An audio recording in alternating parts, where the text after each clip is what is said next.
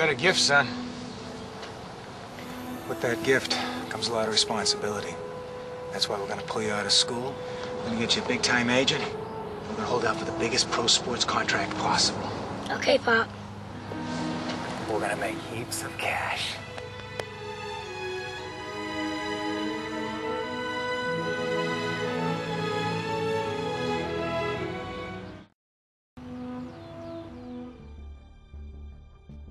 Bottrell from the sharp angle, fires and she scores!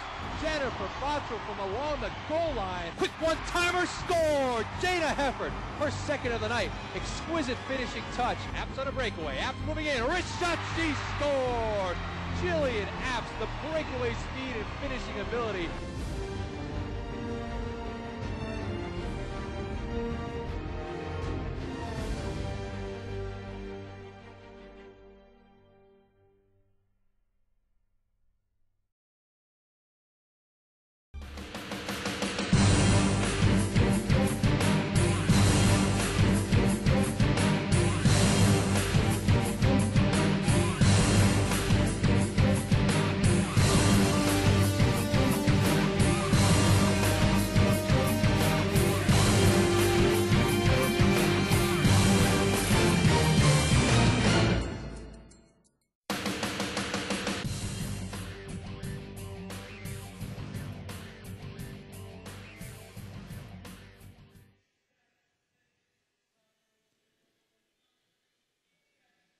Crisp November afternoon in Vermont, but it's a beautiful day for ice hockey, and you couldn't ask for a better setting to have one of the great events in Division III hockey. It's really become a tradition every year. Kevin Uhl, head coach of Plattsburgh, Bill Manigo, head coach at Middlebury College, kind of came up with this idea a couple years ago, and they've carried it through year in, year out. It really has become one of the staples of the schedule. Now called the Panther Cardinal Classic here at Kenyon Arena, one of the finest facilities you'll find at any level.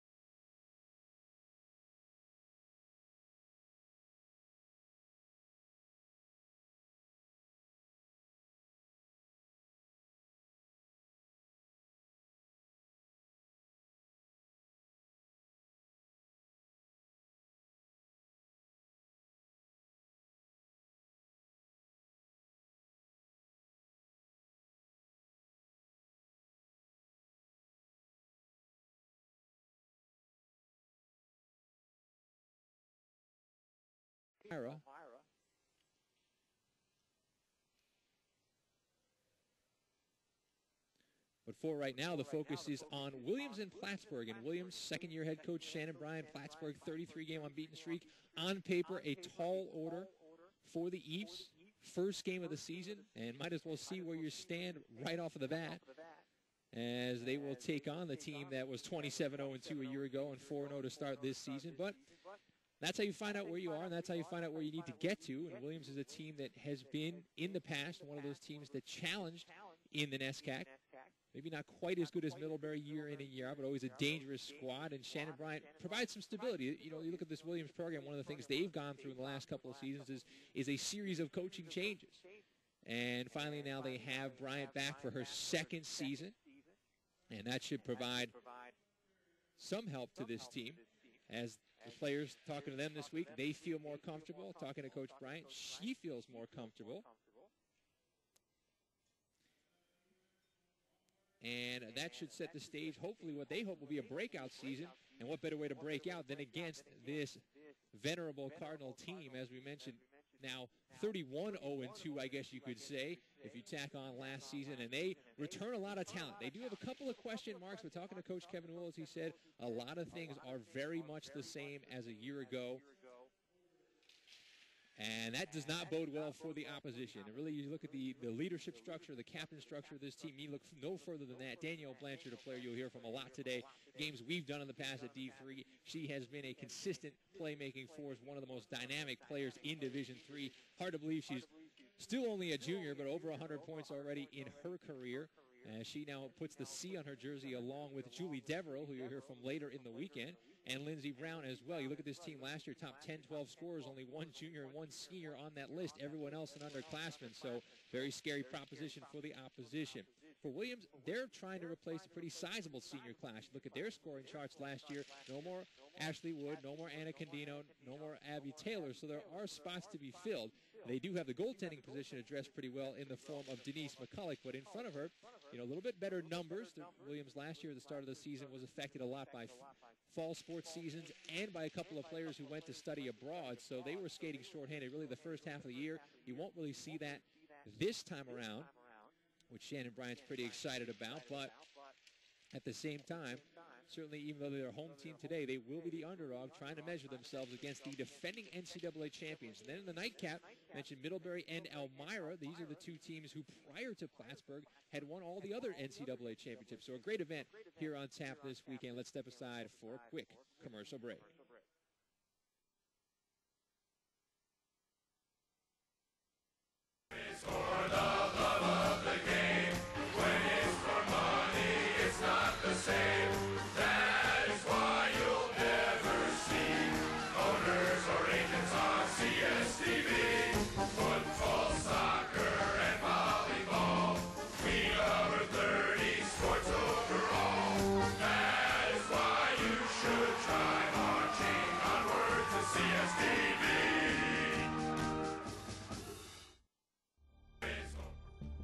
Bottrell from the sharp angle, fires and she scores! Jennifer Bottrell from along the goal line. Quick one-timer, scored! Jada Hefford, her second of the night. Exquisite finishing touch. Apps on a breakaway. Apps moving in. Wrist shot, she scored! Jillian Apps, the breakaway speed and finishing ability.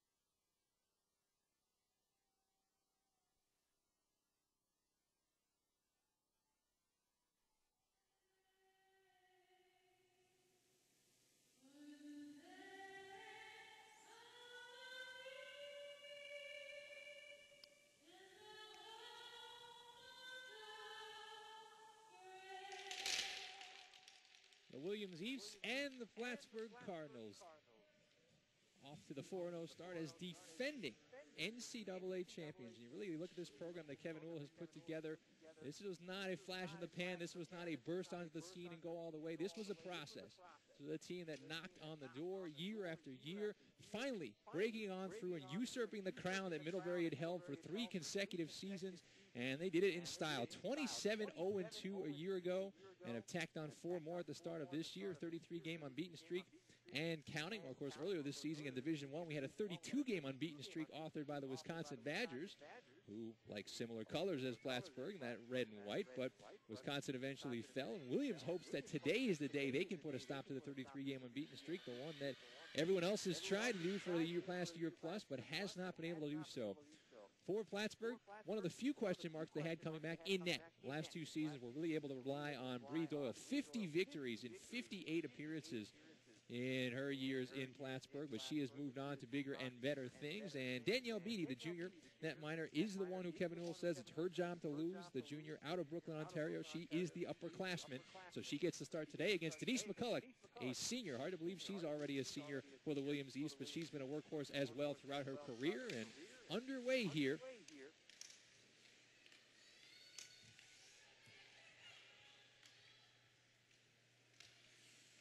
at the Panther Cardinal Classic at center ice. Stephanie Moberg, who moved up from defense to forward, trying to float one in front to Blanchard, the multi-talented offensive force. Dumped in, and Williams will go for a quick change.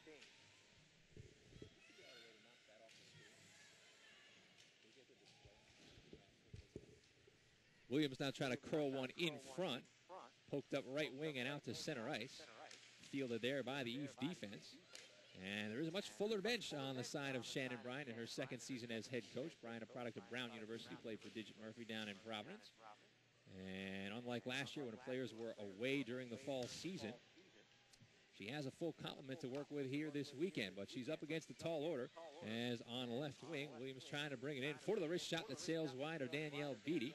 Mentioned Beattie, she's made 3 of the 4 appearances thus far on the young season. 3-0 with a 1.00 goals against, 93% save percentage. And at the other end, Denise McCulloch getting the start as she has much of her career. 66 games played already for the East thus far. Center pass thrown to the front. McCulloch swats it aside.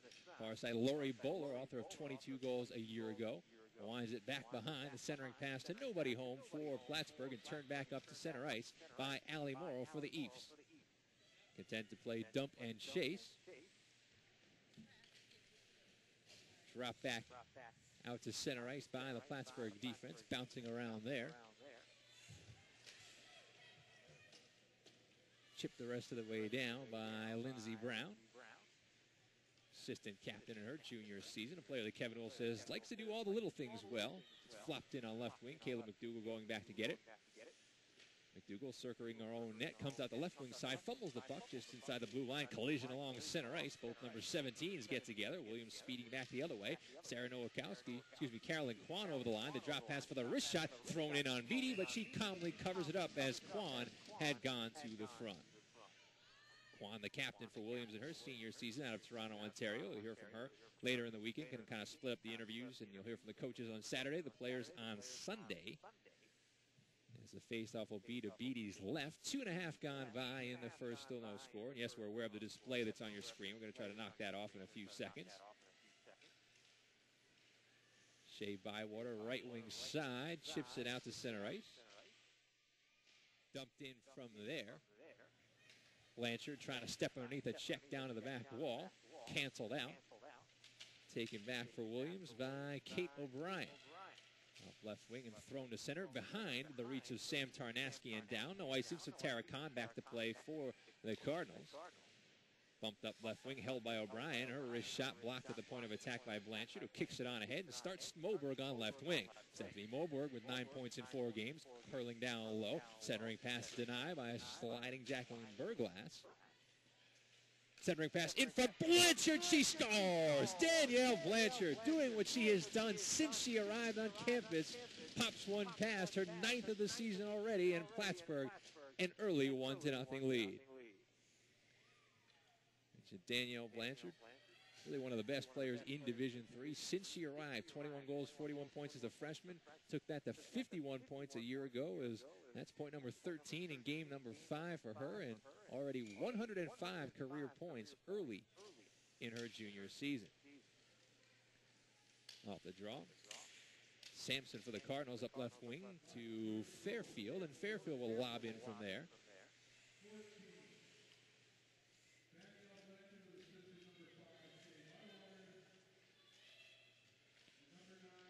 Plattsburgh back to the attack, so the official word on the goal, Blanchard from Bywater and Moberg. And Blanchard with the 9th of her junior season. She leads the team in goals and points. Moberg also reaches double figures in points. Mentioned she played defense last year, versatile player, moves up to play up front this year. Plattsburgh really only missing one piece of its offensive attack from a year ago, that Jess Moreau, who graduated. Up right wing it goes, trying to step underneath a check. Nice job by Tori Tausig, but headed off by Shara Smith. And Smith for the Cardinals circles around the net and pokes on ahead. Too far for the intended receiver, but the icing going to be waved off here. So coming back to play it, Stephanie Berger for the Eats. Berger with the head man on the quick change by Williams. A tip pass too far for the intended receiver. Instead on ahead, intended for Bowler. She's held up. Swooping in is Claire O'Connor for the centering pass. The puck rolling up the side of the net. McCulloch reaching for it.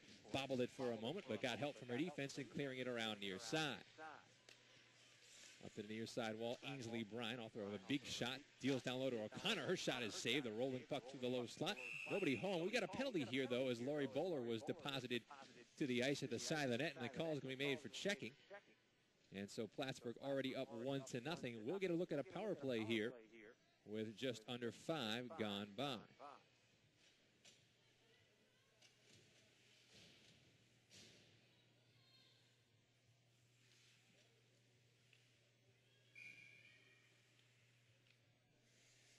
Face off to McCulloch's left. This is her 67th appearance. Senior, also out of Toronto, like her captain, Carolyn Kwan. Bowler back in her own zone, being harassed by Tracy Ferrer, talented sophomore player, 15 points a year ago. She peels back to center ice and gets a touch to the puck from there, hacking it down deep. Behind the net, Beatty will stop it for Smith. So Smith, O'Connor, Bryan, Bowler, and Lindsey Brown out there to start this power play. Williams, though, doing a nice job of keeping Plattsburgh hemmed in. Throwing up the center ice to Amber Ellis. Ellis trying to headman for Bywater. Bywater down behind the net to Ellis. Ellis with a centering pass. Only Eves manning the crease. Blanchard has now joined the party, and she picks up in the far corner with 1:15 to go on the power play. Thrown up top for a drive. Shoulder saved by McCulloch. And Williams once again with the clear, doing a good job of containment for the moment. Halfway through the power play, looked to be just offsides, but doesn't matter as everyone touches up. And Julie Devereaux, senior captain in her second year at the leadership position for this team, swings near side of Moberg, who puts it deep. Blanchard the first touch, down low to Ellis. Ellis trying to throw in front. McCulloch a little bit out of position. Up the slot it comes. Moberg with a drive. McCulloch back to her post, makes the save. Moberg back on it, swings to Blanchard far side. The quick release. That's blocked nicely by Joey Lai and flopped out to center ice where it's taken back by Devereaux. 25 to go in the power play. Now Shea Bywater had the primary assist on Blanchard's goal early in the contest.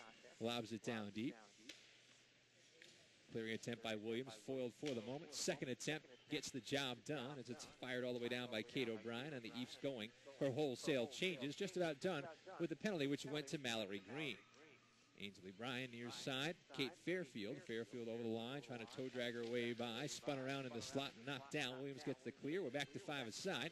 With 13:15 to go in the first, and Danielle Blanchard's 9th of the season, the difference thus far. Ainsley Bryan back behind her own net. Pushing on ahead. 2-on-2 break. Wrist shot from long range. Blocker save McCulloch. Knocked right down to the stick of Sarah Nowakowski. Her headman pass, though, goes the distance for an icing call on the Eves, and will bring the draw back by Denise McCulloch.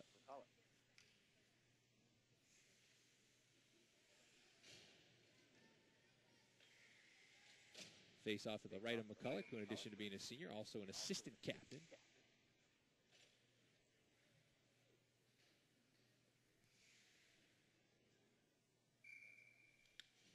And Lauren Zurich's going to be chased for Shannon Bryant's Eves. And Plattsburgh able to control the draw. Tara Connell on the near point, starting the cycle down low. Nice centering pass. Lindsey Brown trying to jam it home near side. McCulloch made the save. There's going to be a penalty on Lori Bowler for interfering with the goaltender as Williams moves up ice. As it's taken back by Tara Connell, the call is made on Bowler, and she will skate right to the penalty box. Knew she was the guilty party, and so Williams, down 1-0, will receive its first man advantage of the afternoon.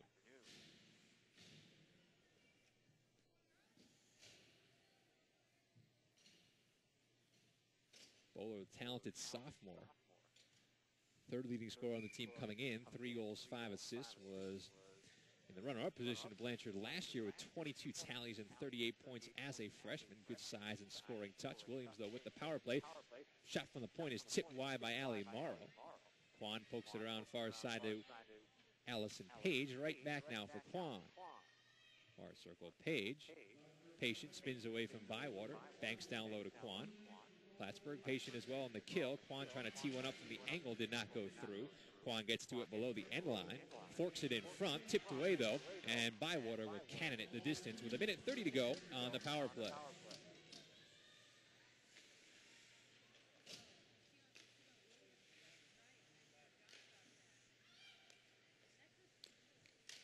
Headman pass for the Eves, trying to gain the offensive zone. Chipped right back out, but fielded by Kate O'Brien.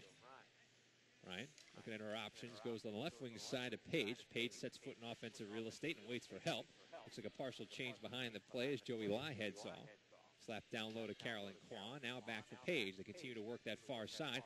Cross-ice pass gets past the reach of Blanchard, but not able to be fielded cleanly, and so Williams will have to fight for it in the corner with 50 seconds to go on their power play. And Ainsley Bryan gets control and fires it the distance as McCulloch will play it aside for Jacqueline Berglass. Good pressure by Moberg on the shorthand. Moberg has Blanchard in front, trying to step around a defender, lost her stick in the process, and is taken back by Lauren Zurek. Zurek on left wing. Her headman pass, trying to hit Tarnaski in stride, went through her stick down behind the net of Danielle Beatty. Quan with a takeaway in the corner. In turn is dispossessed by that was Sheriff Smith.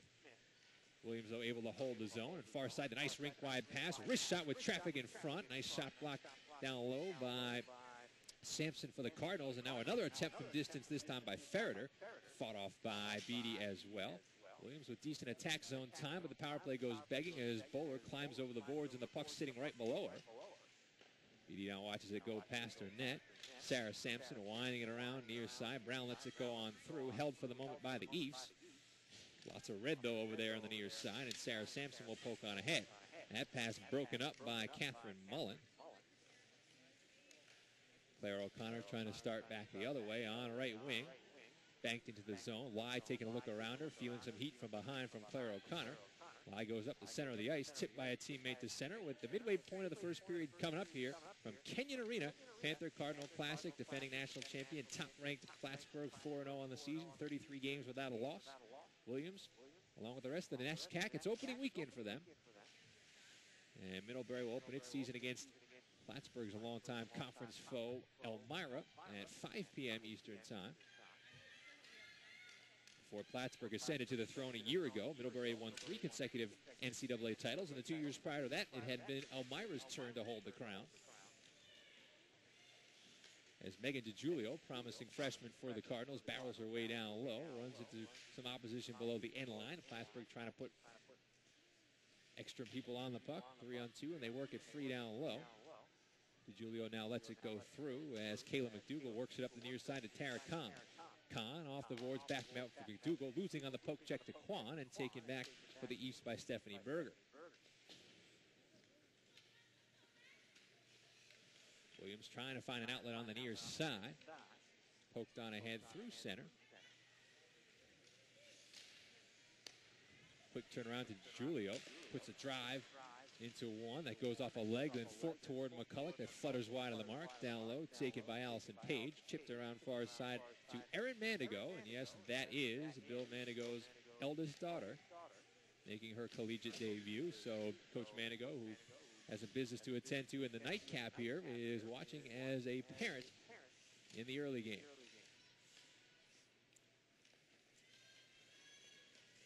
The right wing side, Williams trying to find an angle. Good tenacity by Zurek, but taken back by Blanchard. As she does take back, there's going to be a call. So the hustle of Zurek draws an obstruction hooking infraction, and so Williams will get power play number 2 with 8:23 left in the first period. Plattsburgh still up 1-0.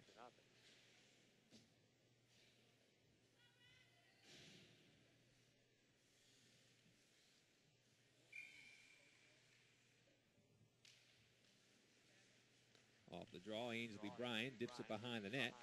Taken there, though, by Ali Morrow for the Eves. Morrow on the far side. has Page available. Page, Morrow, Lai. Looks like Kate O'Brien and Carolyn Kwan out to start this power play. Sharp angle shot does not go through. Bouncing puck fired it on Beatty. Nice stick save. Reaching for the cover. Didn't get it. The puck is still loose. Kwan trying to spin it in front. Has an outlet up top, and O'Brien, the quick wrister, trying to get it through. From the angle, it's fired wide. As Page trying to get one off of a mad scramble, but Blanchard restoring order and calmly through center shorthanded. Blanchard and Moberg. Moberg trying to tuck her way around. McCulloch forwards it back to the corner. Moberg now looks for the outlet in Blanchard up top, and Blanchard will go back to killing time with 1:17 to go on the Williams power play.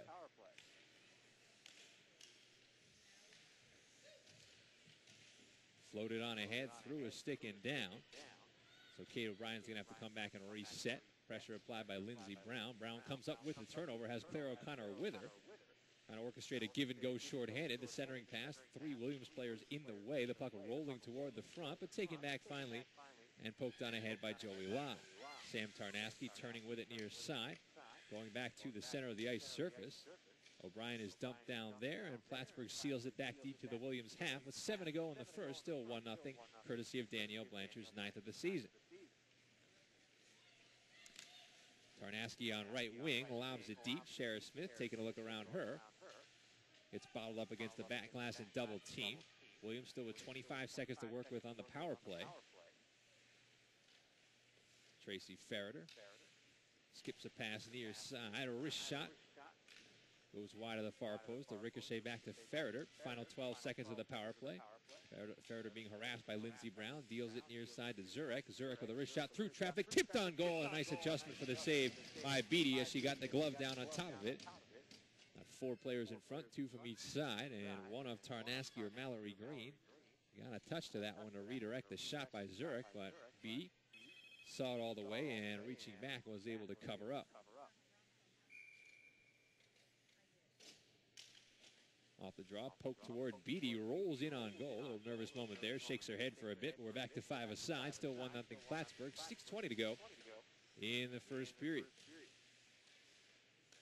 Zurek. Shot whistles wide by Ferreter. She teed it up between the circles. Plattsburgh scrambles it free. Blanchard trying to leak forward. Taken back by Ferreter. Ferreter losing on the poke check and turn to Sampson. Now here's Blanchard. Headed off neatly along center ice. Supported by Moberg. Moberg got a stick in her legs as she went to the Williams zone. And the Eves trying to turn it up left wing now. Berglass against Bywater at center. Again, players going down all over the place. Blanchard the latest to hit the ice as she climbs back to her feet now. With the action on the near side, Williams trying to find the angle for the dump in with 5:40 to go in the first. Julie Devereaux back to play it. Devereaux, competent two-way defenseman at the duration of her career. Finally a senior now. 62 points to her credit thus far. Amber Ellis now on left wing, trying to turn it to the center, losing neatly on the poke check to Stephanie Berger. Berger up the near side, couldn't clear by Ainsley Bryan. Throws it into the high slot, intercepted by Joey Lai. Maybe a chance for a 2-on-2. Crisscrossing through center, Lai on right wing, trying to find an angle to make a play. Lai down low, centers it up the front, redirect, sliding save by Beatty as she comes across. The puck is still loose. Good play, make, and effort there. Catherine Mullen getting the touch, but Beatty, like her predecessor before, looking quite agile as she came across to deny that bid and keep it a 1-0 game. Megan DiGiulio now for the Cardinals, slinging on ahead, hits Amber Ellis off a deflection. Ellis on left wing trying to protect, turns, waits for help. The blind centering pass is loose on the doorstep. McCulloch couldn't cover it. She's still reaching for it down low, finally gets help from her defense, and away goes Lauren Zurek on the right wing side. Zurek with a full head of steam as she gains the line, bumped to the ice by Bryant. It rolls in on Beatty, and she'll settle things down with 4:25 to go in the first. Her team still leading 1-0, but only because of her best save of the afternoon in that most recent sequence.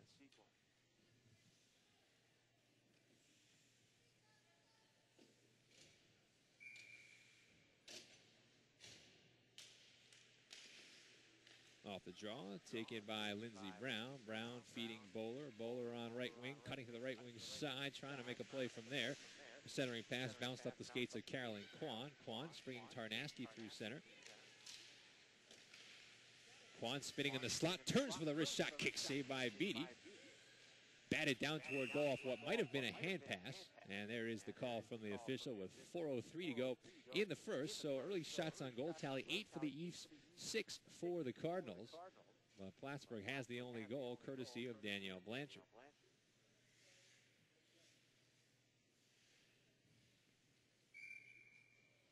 Faceoff will move outside the Cardinals' zone. One forward by Claire O'Connor. O'Connor setting sail on the left wing side. Is headed off by Allison Page. She got the Williams real estate. Scrap for it down low, controlled by the Eves. Plattsburgh forechecker blew a tire. I believe that was Bowler. Back to her feet now. Williams still pinned in their own end as Burglass continues to play reversal hockey below the end line. Steph Moon now on, along with Kate Fairfield on the forecheck. Williams finally using the cross-ice feed to get out of the zone. Here's Nowakowski at center ice, lobbing in deep. Shara Smith with 3:20 to go in the first. Around her own net on right wing. Poked up to the blue line, but no further. Held by Erin Mandigo. Slapped on ahead for the Cardinals. McCulloch watching it go. And Williams will get the benefit of the icing call. Close one there. We'll bring the draw back by Beattie with 3:05 to play in the first. And Danielle Blanchard's 9th goal of the season. The difference right now.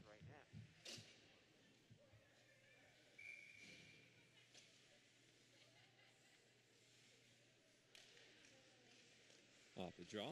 Cardinals did a nice job in that department. They send Bywater on her way. Shea Bywater on the right wing. Partial break-in. Diving attempt. Forwards her off. We're going to have a penalty here.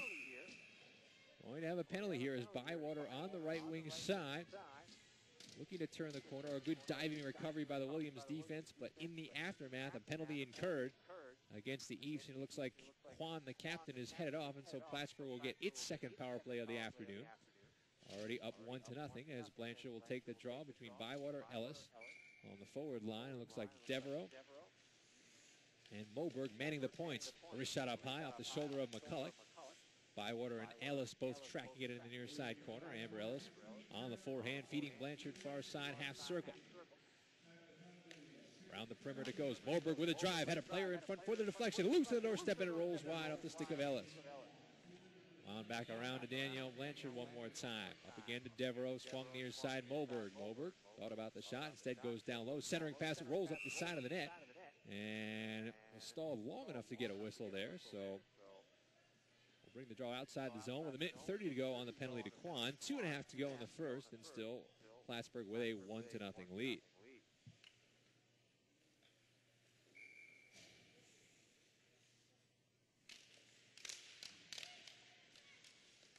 Bywater puts it into the zone. Fired down by Ferreter on the penalty kill. Ferreter and Tarnaski up front. Turnover made. Short-handed chance by Ferreter. Jamming at it at the near side of the net. Beattie had to make a save. Nervous moment there for the junior netminer for the Cardinals. But back the other way comes Bywater with a full head of steam. Trying to step around a defender. Bywater reaching underneath. Players go down. McCulloch sliding across. Where's the puck? It's down behind the net somewhere. Blanchard fishing for it, as is Bywater with 57 seconds to go. Bywater behind the cage. Working out near side. Turning it up to the point, Ainsley Bryan. Bryan skips the pass nicely. Blanchard trying to go back in front. Got it back. Wrist shot up high and put it over the crossbar.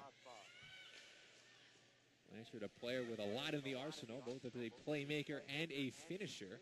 Better than 20 goals and 20 assists in each of her first 2 seasons for the Cardinals. Through center ice, 25 seconds to go on the power play for Plattsburgh.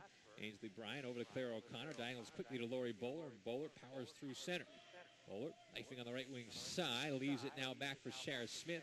Takes a step in. Deals cross ice to Bryan. Bryan content to work the perimeter with O'Connor, who fumbles it for the moment. That lets Lauren Zurich get in on the play.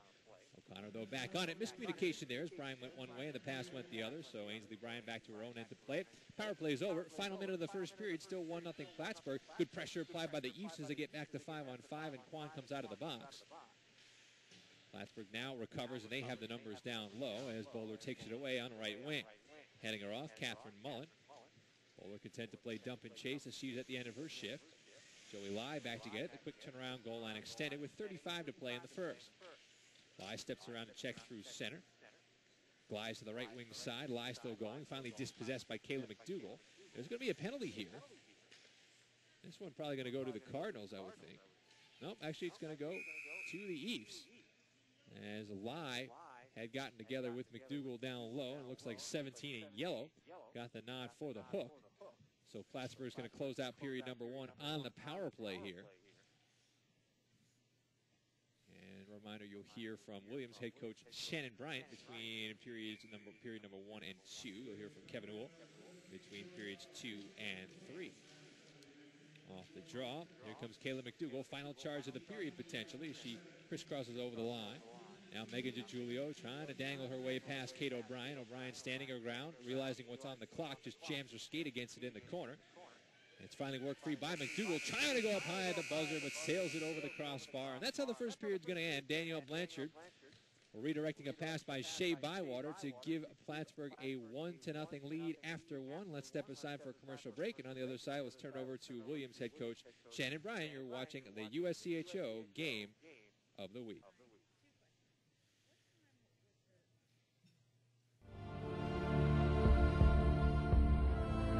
The USCHO Game of the Week is the first ever national internet broadcast for women's college hockey. It is also individually funded.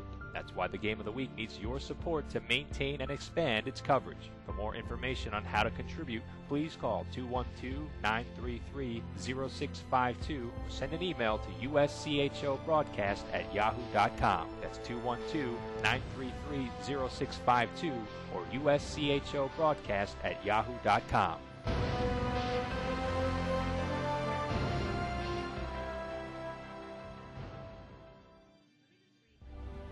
Bottrell from the sharp angle, fires and she scores! Jennifer Bottrell from along the goal line. Quick one-timer, scored! Jada Hefford, her second of the night. Exquisite finishing touch. Apps on a breakaway. Apps moving in. Wrist shot, she scored! Jillian Apps, the breakaway speed and finishing ability.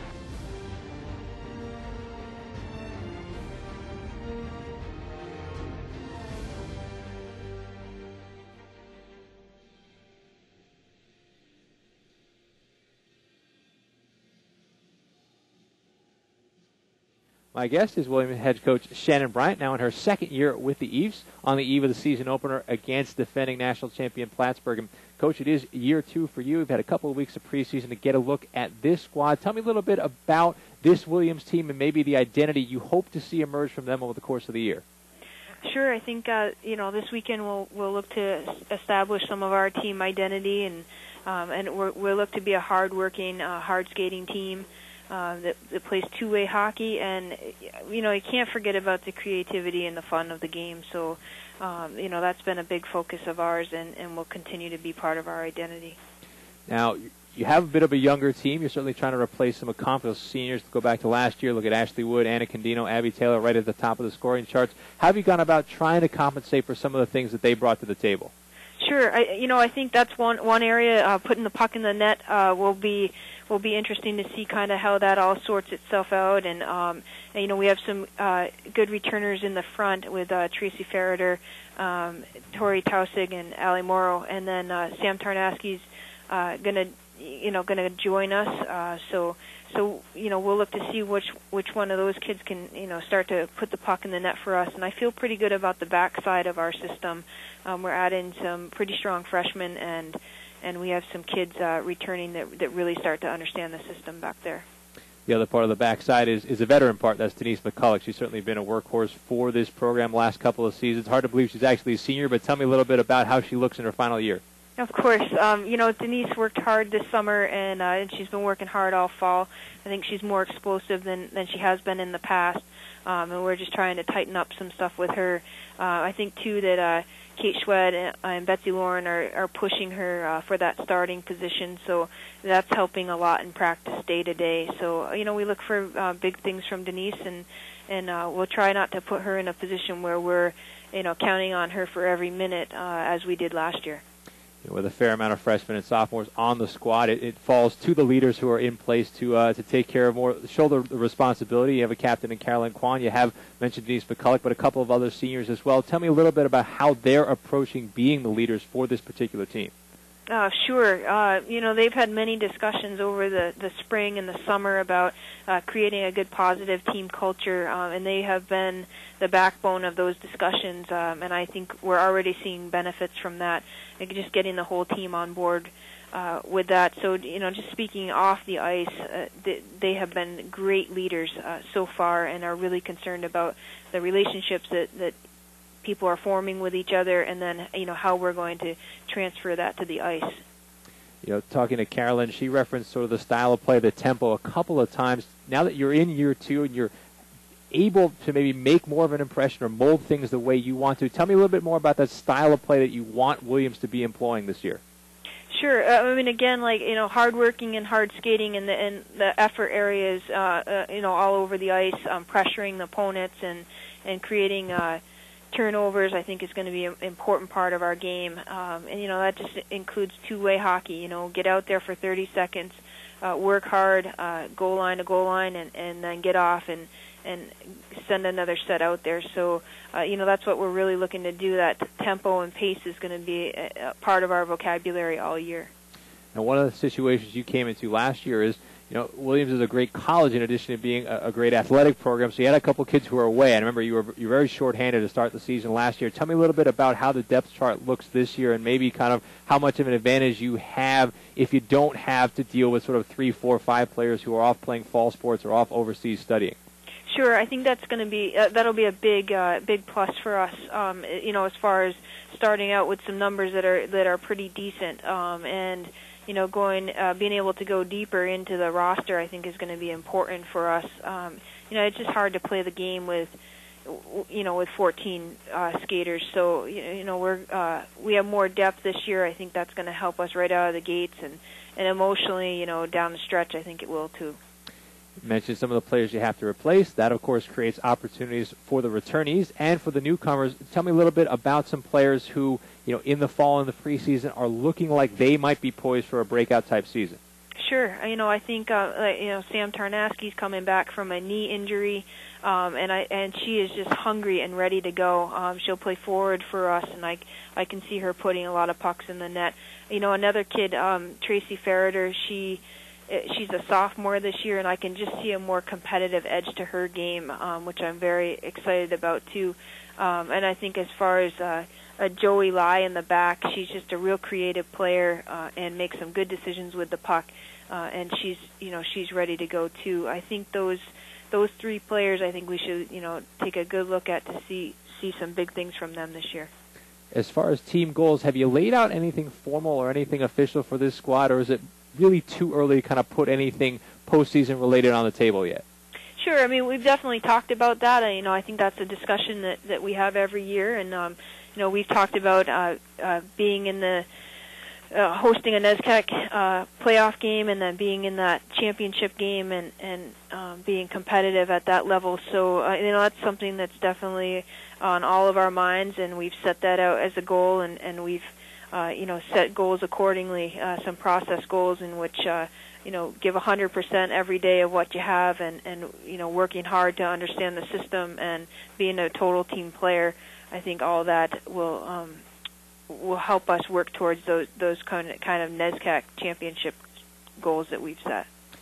By being part of the Middlebury tournament, which is one of the sort of highlights on the D3 schedule every year, guarantees that you open big. And so you get Plattsburgh in Game 1, coming off an undefeated season and a national championship, but a great measuring stick as well. So tell me a little bit about expectations of this matchup and what your message is going to be before Game 1 for this team.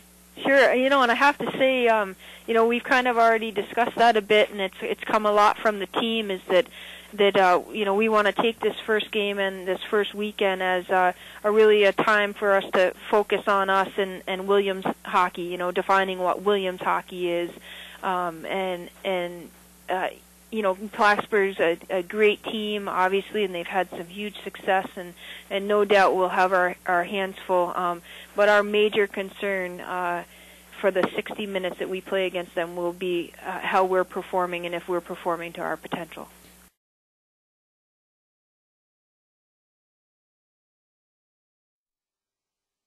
Thoughts of Williams head coach Shannon Bryant there. Her team in a 1-0 hole. Game 1 of 2 here at the Middlebury tournament. Danielle Blanchard just keeps on keeping on. That's what she does. One of the best players in Division III, really one of the most fun players to watch. It's funny, we had a chance to do her first collegiate game in this very one of her first collegiate games in this tournament a couple of years ago, and didn't score in that game, but made 3 or 4 plays that really kind of made you take notice and just kind of circle that number and file it away for future reference. And sure enough, she's turned out to be one of the great players in the game. And certainly you go back to this tournament last year when Plattsburgh was hosting the event. It really kind of made a statement coming off the year that they had finished just shy of the national championship. They lost to Middlebury in the finals, lost to them in the regular season as well. And they came out, and Blanchard scored one of the best goals you're ever going to see in that game at the tail end of a Middlebury power play. Kind of stripped the defenseman at the blue line, danced around another, pulled out just a breathtaking forehand to backhand fake, and scored a goal that eventually sealed the victory for Plattsburgh in that one. And already with over 100 points in her junior season, but she's not alone, and that's why what you saw in the first period, even though they had the 1-0 lead, was waves of players who can make plays for Kevin Uhl, and that's really been the story as he's built this program up. There's still so many players that are going to be coming back from this team, and Julie Devereaux is one of the few seniors that you're going to get a chance to hear from. Last year's senior class was even smaller. Moreau and Doyle was pretty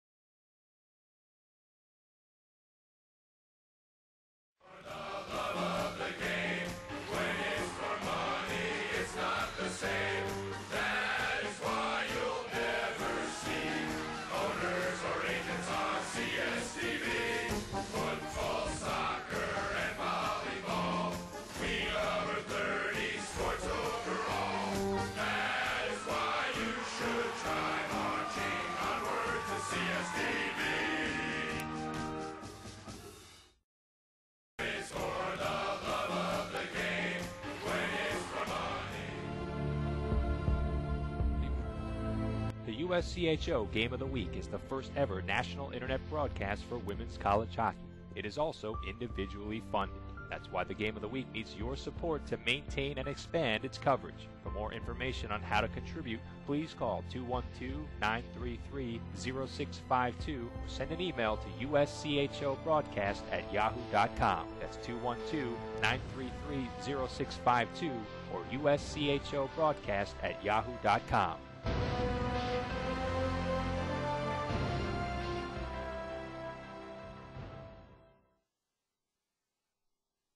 Welcome back to Canyon Arena. Sorry about those technical difficulties. Every site we go to has its own little nuances we've got to figure out. So we think we've got some of them ironed out, but I'm also having some unexpected difficulties of my own. The great Apple iPod, which I use for some of my interviews and audio, malfunctioned, so we're using kind of a makeshift setup to cover some of the audio features that we have on here. But Plattsburgh with a 1-0 lead, just about set for the start of the second period, as you can hopefully see on USCHO.com. And really, Williams, a good period for them. I think if that's the first period of their season against the defending national champion, I think Shannon Bryant's got to go in the locker room and be pretty happy with what she saw. Plattsburgh is clearly a team that's a little deeper, has a little more experience, certainly has some A-list players, if you will, that Williams doesn't really have. There is no Molly Wasserman anymore, no player like that on the east side. But, shots 9-6. Yeah, they had a couple of power plays, but they also disrupted Plattsburgh a bit in their own end, created some havoc, created some good opportunities, and Danielle Beatty had to make a couple of fine saves to really keep her team up 1-0. So, that bodes well, I think, for Shannon Bryant and her crew in just day one. And that's something similar to the D1 level what the Ivy Leagues go through. They start a couple weeks behind the Hockey East and WCHA and CHA teams in the world. It is always a feeling out process in week one to find out what you have. And Plattsburgh has the advantage of not just having that chemistry from a year ago with all the returners, but having also played 4 games this season to get the rust off from the offseason. But we're underway here in period number 2.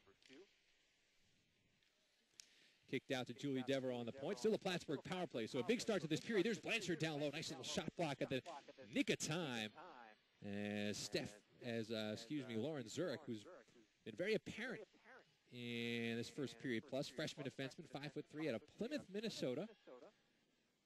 Plymouth, Minnesota is also a hometown to a very good friend of mine and a very good friend of the game and a real pioneer who finally stepped away this season. Is Blanchard, though, menacing down low. We'll get back to that story in a second. Up top to Julie Devereaux, swung to Stephanie Moberg.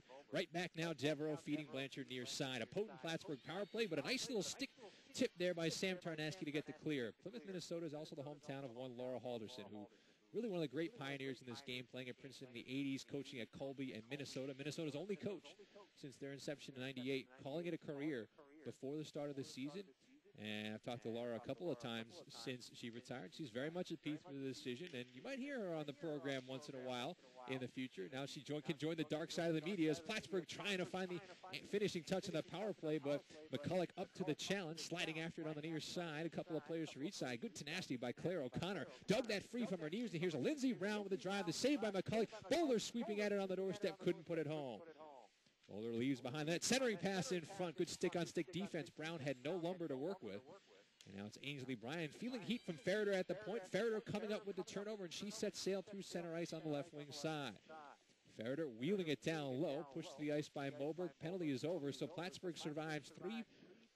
Williams survives three Plattsburgh power plays, and they're still only down 1-0, but Bowler cruising up left wing, trying to change that. Steps inside a defender. Bowler to the front, a wrist shot, and McCulloch makes the pad save. Lori Bowler showing you the skills that produced 22 goals a year ago. She has a touch on it in the near corner once again. Williams with numbers, 4 defenders against 2 attackers. Over comes DiGiulio to harass Kate O'Brien. The official got in the way, and Kayla McDougall finally able to fish it free as well. 2-on-2, they scrap against the back wall.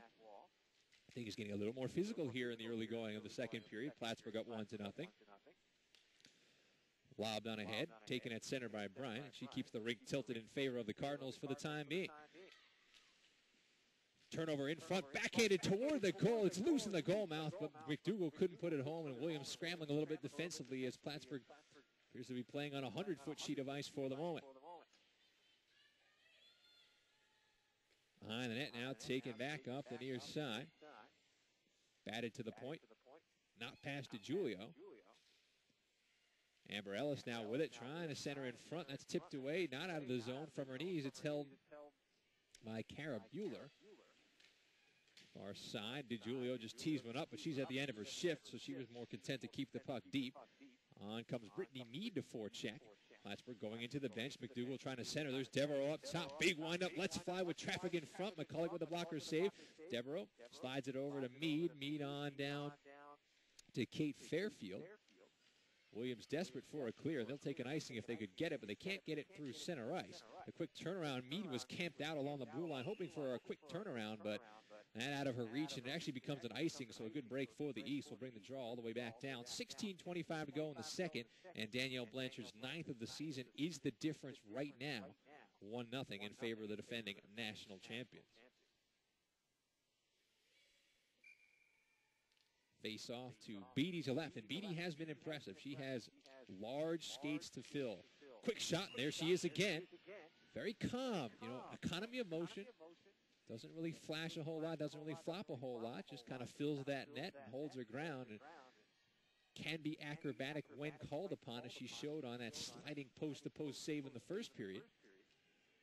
But if her early season play is any indication, Kevin Wool has very little worried about in the aftermath of Reed Doyle's graduation. And perhaps that's similar to the host team that we'll see in the nightcap. You think about all those years that Bill Manigo could call upon Kate Kogut. Last year she was an assistant coach, not a player, but right from the game one when he put Lonnie Wright in as a freshman on the road against Plattsburgh, yeah, she came up short in that game and made some brilliant stops early, kind of served notice that she was going to be a player from day one. Nice shot block there. Williams done a nice job of controlling sort of the interior of their zone. They have a decent amount of shot blocks so far, and Ainsley Bryan back to play it behind her own net. Williams putting 3 below the hash mark on the forecheck, and they'll regain control at center ice. As Stephanie Berger feeds it near side, taken back by Bowler. The pass behind Claire O'Connor, and it rolls down to the Williams end. Just under 5 gone by in the second. O'Connor slaps it deep.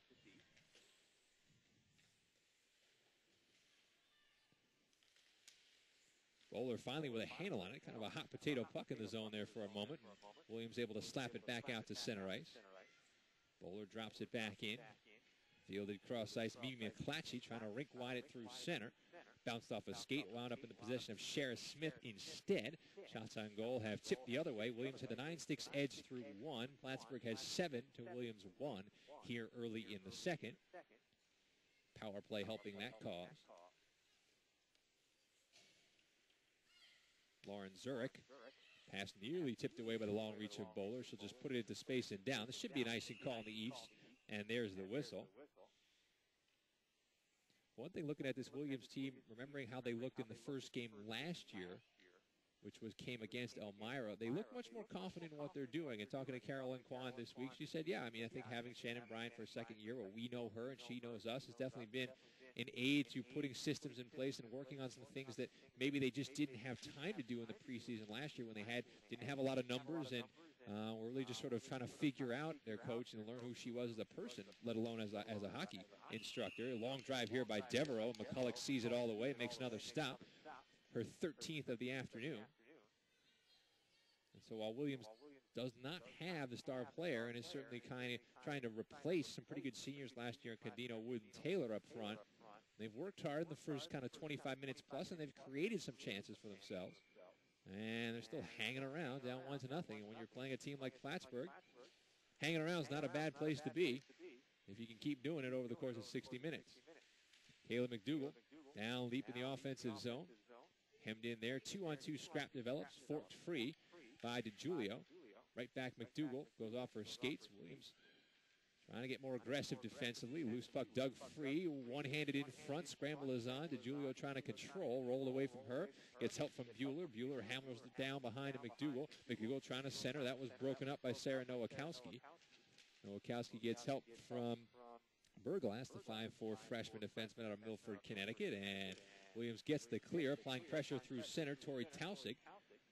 You look at a backhand deep to the Plattsburgh zone. Left on the handoff to Devereaux, and Devereaux now springing through center finds Amber Ellis. Ellis with speed stood up in the circle by Allison Page. Page, another freshman out of Belmont, Massachusetts, as it's slapped deep behind McCulloch. And McCulloch watches Stephanie Berger play it, yet another rookie for Shannon Bryant's squad. Up right wing, Williams, technically the home team here is the NESCAC squad. They're in the home yellows with the purple shoulders and black pants. Plattsburgh in the sharp-looking road reds. As Steph Moon on the right wing side carries to the zone, trying to step through a check. Spun around and dispossessed. Gets help from Brian on the far side. Moon back on it down low. Again double-teamed. Again wrestled against the glass and is taken by Berger for the East. Slung through center. And at the end of her shift was Berger, so she'll play dump and chase hockey as Bryant peers around and finds Shara Smith on the near side. Smith on the back end, one clearing attempt denied. The second gets through to Moon. Moon cruising up right wing, monitored by our opposite number 7, Zurich. Now here comes Kate Fairfield, trying to cut it to the center. Fairfield with an angle. Wrist shot is saved by McCulloch. Penalty's going to be called to the East as Fairfield, was dropped after her shot attempt, but a nifty little move there by the freshman forward from Toronto, Ontario. The Oakville program, the same Oakville program that produced Carolyn Kwan on the other side, who's now the captain for Williams, but Fairfield making a play there, and she's off after having earned her team its 4th power play of the afternoon. Zurich will sit this time around. Fairfield still looking for her first collegiate goal, has a pair of helpers through 4 games. Drive by Devereaux, sails wide, Bywater on the carom, far corner. Starting the play to Ellis behind the net. Blanchard just lurking on that weak side as she now has on the forehand. Up top to Devereaux. Devereaux gathers, feeling some heat from Tausig, puts it deep to the corner. Ellis leaves for Blanchard. Minute 37 to go on the power play, still 1-0 Plattsburgh. Devereaux back Blanchard. Blanchard stood up in the circle. Williams very aware of where number 14 in red is at all time. But she's got the puck again. Sending it down low to Ellis. Little wheel play, looking for the give and go to Blanchard in front. Thicket of sticks in the way of that. Ellis able to hold his own, and this time it's Blanchard now on the far side operating as she curls down low.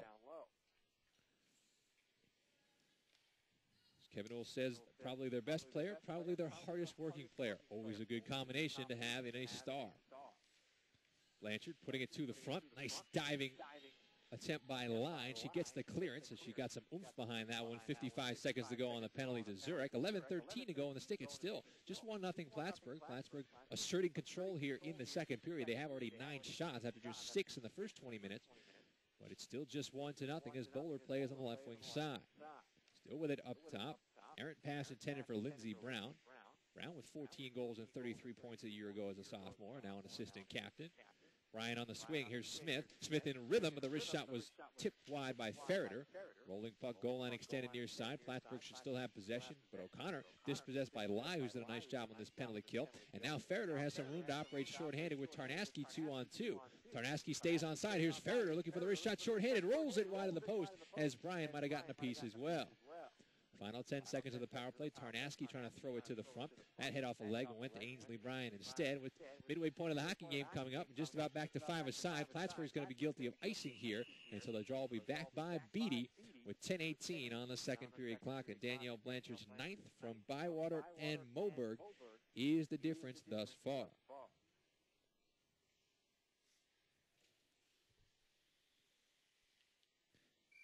Chip Kenyon Arena in Middlebury, Vermont. Beautiful fall day. It is quite chilly. Temperature in the 30s, but the chance in front fork just wide as Bueller came up empty on the handle, and Mimi McClatchy was all alone but couldn't put it home. Beautiful fall day here in Middlebury, Vermont. Very pleasant trip up. And a lot of big sports action here this weekend as Plattsburgh trying to create the wrist shot right into the alert glove of McCulloch, who likes to play high on that crease. Likes to come out and challenge and be aggressive and move a lot more than her counterpart at the other end, Beatty, but they both get the job done. I mentioned this campus is a buzz this weekend for sports. Middlebury hosting NCAA sectionals for soccer. So signs for those all around campus. And, of course, a big opening weekend anytime the hockey teams get going. The men's team, of course, that program got underway last night. I believe they had a 2-2 tie in their season opener. And Bill Manigo's 20th Middlebury club. Deflected in front. Nice adjustment by McCulloch. That was not even a shot. It went off a leg, but almost became the perfect deflection. McCulloch closed the wickets in time, and still we stay 1-0 Plattsburgh. But Bill Manigo, 2 decades now, head coach at Middlebury. One of the great coaches and a real fun guy to talk to as well. And, of course, as we mentioned, watching his daughter make her collegiate debut today. How scary must that be as a parent? Big drive, traffic in front. McCulloch's out of position, but she has the puck beneath her pads once again as that aggressive style pays off. McCulloch wound up actually facing the boards as opposed to being square to the shooter, but had the puck swallowed up beneath those big leg pads as Plattsburgh continues to fire away. Now 18 shots and counting, and here's number 19 by Devereaux. That's tipped wide. 2-on-2 scrap down low. Fairfield active in this second period, trying to turn it in front. Williams got the clear. Taussig spinning through center. Now moves on right wing and tries to start her way deep. Stepping underneath Sarah Sampson. Good work by Taussig to create the centering pass. Beatty calmly flicks it away, and in transition up right wing goes Steph Moon. Moon with a full head of steam trying to turn the corner, being harassed. Mallory Green held her ground. No call is made. Williams gets the clear as Devereaux had come into pinch. Devereaux does retrieve it in neutral ice. And she'll lob back behind the net. You'll hear from Julie tomorrow in whichever game Plattsburgh should wind up playing. Nice turnover here created by Bywater along the blue line, but fended off by Zurich. Ainsley Bryan on left wing, gliding down deep for the Cardinals. Blanchard's lurking in front. They can't get the pass to her. And it's shoveled around near side. Down comes Smith to hold, lobbing it high off the glass, sending it around the dasher. Ferreter gets the hack, and she gets the clearance as Plattsburgh definitely increasing its attack zone time here in the middle frame. Up 1-0, courtesy of Blanchard. And Blanchard's going to draw a penalty there as Kwan, making a limited effort to play the puck, just barreled into the Plattsburgh captain. And Blanchard to her feet. Williams has not touched up. Blanchard trying to beat the defense down the ice. And she does. Good hustle by the Plattsburgh captain. There's some of that work ethic to go with the plethora of skills that she has. And finally, Williams gets control of the puck as a long shift for Blanchard. Probably the only downside for Kevin Ohl is with the effort that she expended. probably going to have to take a turn on the bench to start the 5-on-4. As Quan heads to the penalty box for the second time this afternoon. And indeed, the second power play unit comes out. Bowler, Brown, O'Connor, Bryan, and Shara Smith. Joey Ly's going to be back out there. She's doing a nice job penalty killing. Allie Morrow out there as well. Looks like Catherine Mullen. Kate O'Brien completing the penalty killing quartet. Denise McCulloch between the pipes, 17 saves thus far. Plattsburgh 0 for 4 on the power play. Smith with a drive. McCulloch had a clear line of sight. When she can see it, she's probably going to be able to swallow it. Tapping her post and resetting her position. The draw will be to her left. This game, one of many in college hockey using the two-referee system this year. Two of the officials wearing the orange armband. Not sure if that's a great idea for women's hockey necessarily, but at least there aren't 4 officials wandering around out there. Officials in women's hockey tending to get in the way of the puck too much as it is. So there's only 3, but 2 of them have the referee's insignia. Lindsey Brown near side, up top to Shara Smith. Smith back Brown, skipping a pass far side to Bryan. Bryan settles down a bouncing puck, slides now to O'Connor. A lot of motion on this Plattsburgh power play right here, but no shots taken. Williams looking for the clearance, and they'll get it as Bryan's stick couldn't hold the zone. 1:13 to go on the penalty to Quan. Coming up on 7 to go in the second, and still the theme of the day. Plattsburgh certainly outplaying Williams, but Williams hanging around, down only 1-0. Tori Tausig far side, met by O'Connor. Fish free to Bryan. Bryan has Moberg with her. Bryan with a drive. Oh, good design as Brown had cruised in front and tipped it, but tipped it just wide, and Williams gets the clear.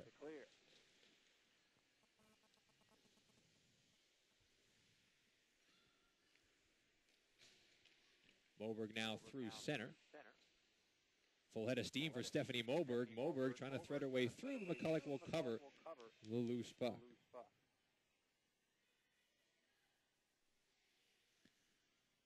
34 seconds before Quan can return. Still, Blanchard's 9th. All we have on the board thus far in Game 1 of the Panther Cardinal Classic, as Kevin will, you'll hear him say, they finally put a name on it after a couple of years. As Devereaux blasts away, shoulder saved by McCulloch. Rebound is left to Blanchard down low. In the playmaking position, in front, looking for Amber Ellis. Right back now, Blanchard steps between 2 defenders. Blanchard dealing with the puck, deals it back out. Devereaux feeling heat from Tarnasky, stays with it. A lot of experience and a lot of talent on the near side of this Plattsburgh power play as Blanchard now cruises to the front, and it's Ellis playmaking. Skipping a pass far side, hoping for Moberg. Ellis gets to it down low. Right back Moberg. We are back to 5 aside, so Williams' PK is bending but not breaking. 0 for 5 is this potent Cardinal power play. And now it's Ferreter looking for Tarnasky. Tarnasky got a tip. Heavy contact there with, I believe, Devereaux in the neutral zone. Icing waved off, so Moberg's going to have to hack it around far side. Close to too many men as well. This could be icing on the Cardinals, and there's the call. So we'll get wholesale changes for Kevin Ull's squad. They have 20 shots on goal thus far, but still only 1 tally on the board. That coming just under 3 minutes gone in the first period. Blanchard from Bywater and Moberg. And now the face-off by Danielle Beatty, who after seeing 9 shots and some pretty regular work in the first period, just 2 attempts here in the second. Bad break for the Cardinals. Their clearance going into the Williams bench. So we'll keep the draw in their half.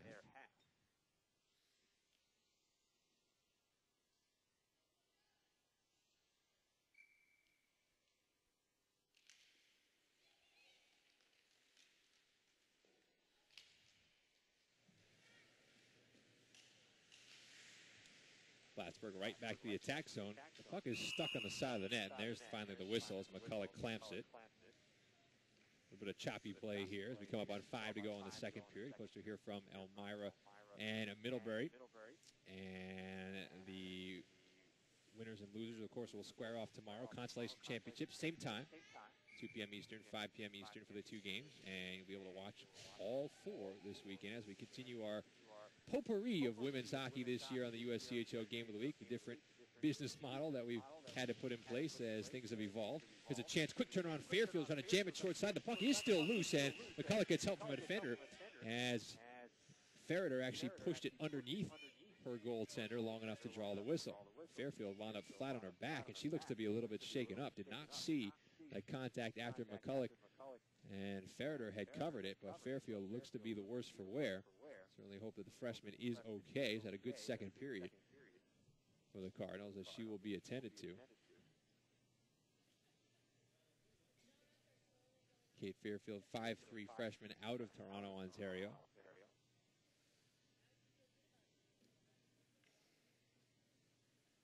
Training staff out quickly to attend to the fallen Cardinal. Both teams head back to their bench. Fairfield had touched off that sequence. She had actually been the one that tried to stuff it home short side. And after McCulloch had made the save, there was a scramble in front in which Ferreter had been able to push the puck under McCulloch. But in the process, Fairfield, I guess it's still been at the side of the cage, and something must have happened. She wound up down and is still being attended to.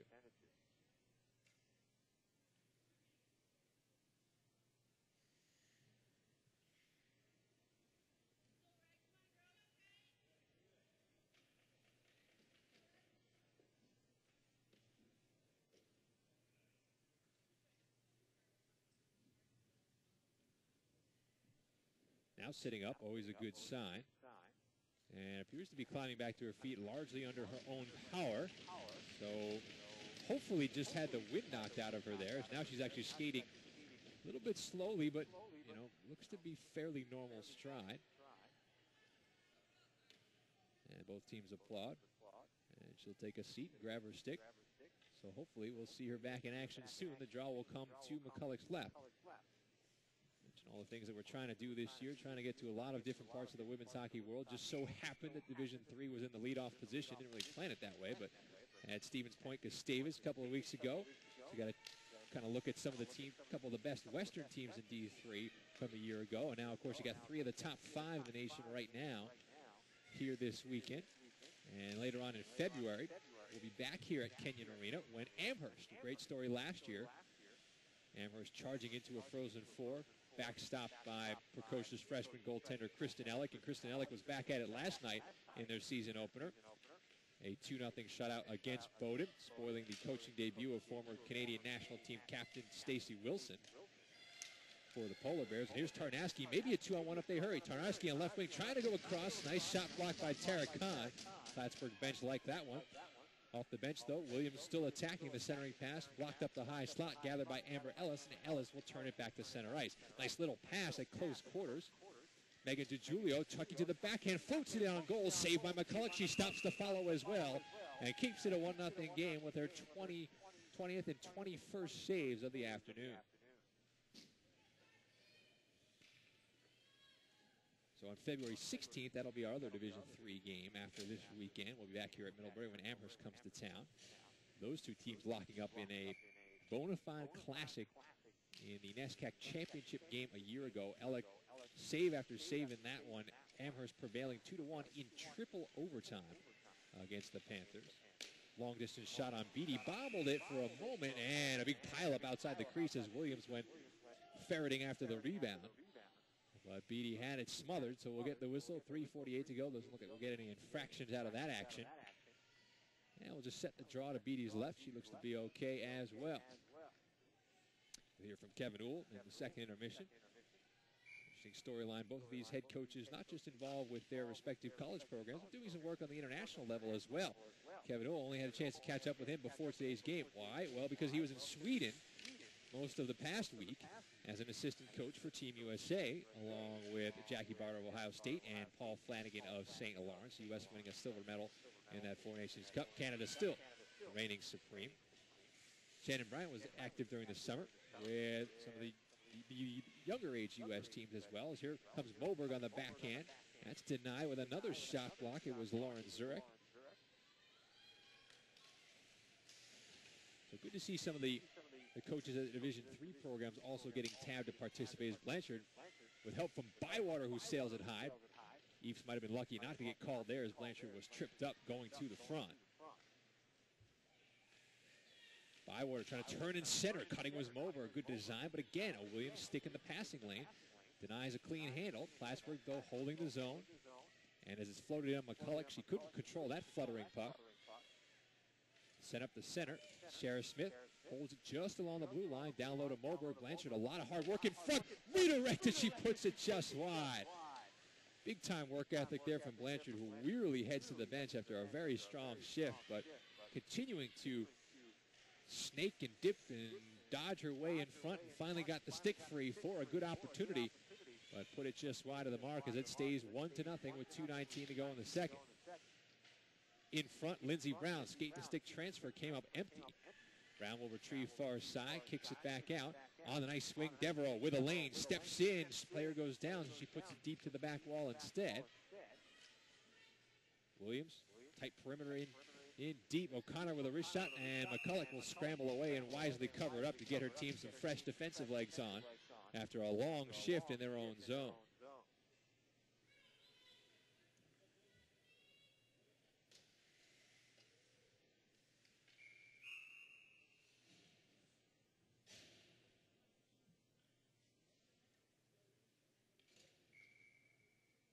O'Connor chased, so Bowler in to do the honors, and she wins it to Lindsey Brown. Right back Devereaux. Devereaux on the bank down low to Bowler. Bowler fan on the centering pass. It was broken up and taken back by Nowakowski. Help from Allie Morrow comes. Morrow digs it free down low to Allison Page. Page headed off by Claire O'Connor. Burglass gets a follow-up attempt on the clearance, so they'll try the near side. That pass tipped as well.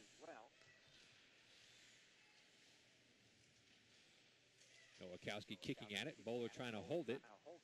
And they keep it in the zone. Plattsburgh trying to complete a change on the fly. With 1:19 to go in the period, Williams takes advantage, gets the clear courtesy of Tori Tausig. Tausig on the dump down, and Beattie will stop it behind her own net. Swung around near side. Burglass thought about the shot. Went for the pass instead. Devereaux intercepted it. Here comes the offensive side of Julie Devereaux's game as she blasts away in transition. Saved by McCulloch, and she'll cover up with Kayla McDougal bearing down on her. 25 shots now for the Cardinals, and that last one showcasing Devereaux's offensive talents. Mentioned the 60-plus points through her first 3 seasons. Doesn't look to carry too much, but has a pretty good skating stride and took off there on the right wing side. McCulloch up to the slap shot challenge and has 24 saves to her credit. Plattsburgh in this period has a 19-3 shots on goal advantage unofficially, but still only up 1-0. Blanchard's 9th way back in the opening stages of the first period. The only goal we've had on the board thus far.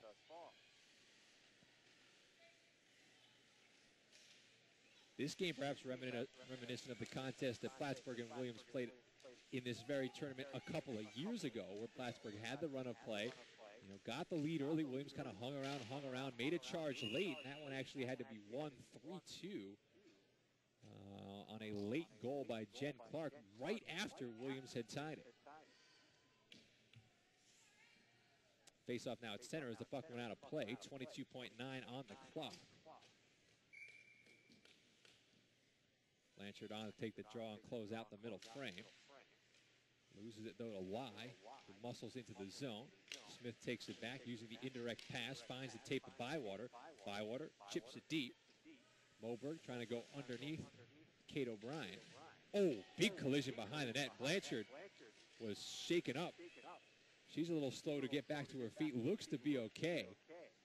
I don't think either player actually saw the other coming. They ran right into each other behind the cage. And Blanchard won't really wait for her teammates. She's headed off quickly to the dressing room. And might need a little bit of help and a little bit of time to settle down and shake out the cobwebs after that collision. But after 2 periods, Plattsburgh still with the same lead they had after 1. Danielle Blanchard's 9th from Stephanie Moberg and Shea Bywater is all there is on the scoreboard right now. It is 1-0 defending national champions after 2. Let's step aside for a commercial break. On the other side, we'll turn it over to Plattsburgh head coach Kevin Wool. You're listening and watching to the USCHO Game of the Week. Back in just a moment.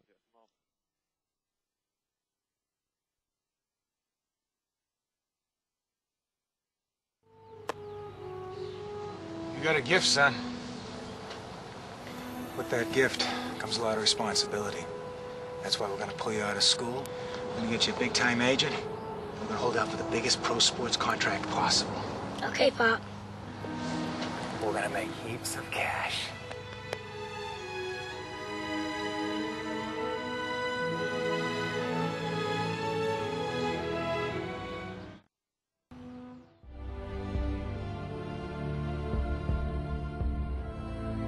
USCHO Game of the Week is the first ever national internet broadcast for women's college hockey. It is also individually funded. That's why the Game of the Week needs your support to maintain and expand its coverage. For more information on how to contribute, please call 212-933-0652 or send an email to uschobroadcast@yahoo.com. That's 212-933-0652 or uschobroadcast@yahoo.com.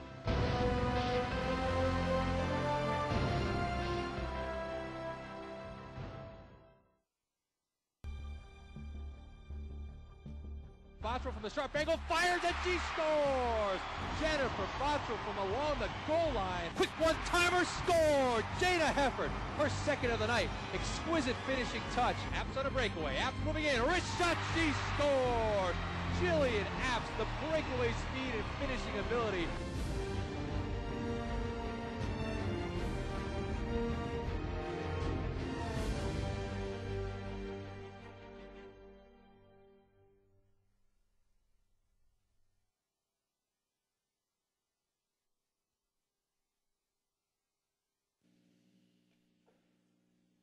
My guest is Plattsburgh head coach Kevin Uhl. Cardinals 4-0 in the young season, defending their national championship. And, Coach, I know the focus in your program is always on the task at hand and what's ahead, but I haven't had a chance to talk to you since you guys were able to win that NCAA championship. Rewind the clock for me. Rewind the clock for this team back to last March, because I know it was such a long process to get there, and you were finally rewarded in the form of an unbeaten season. What did that feel like? What did that mean for these girls and for your staff?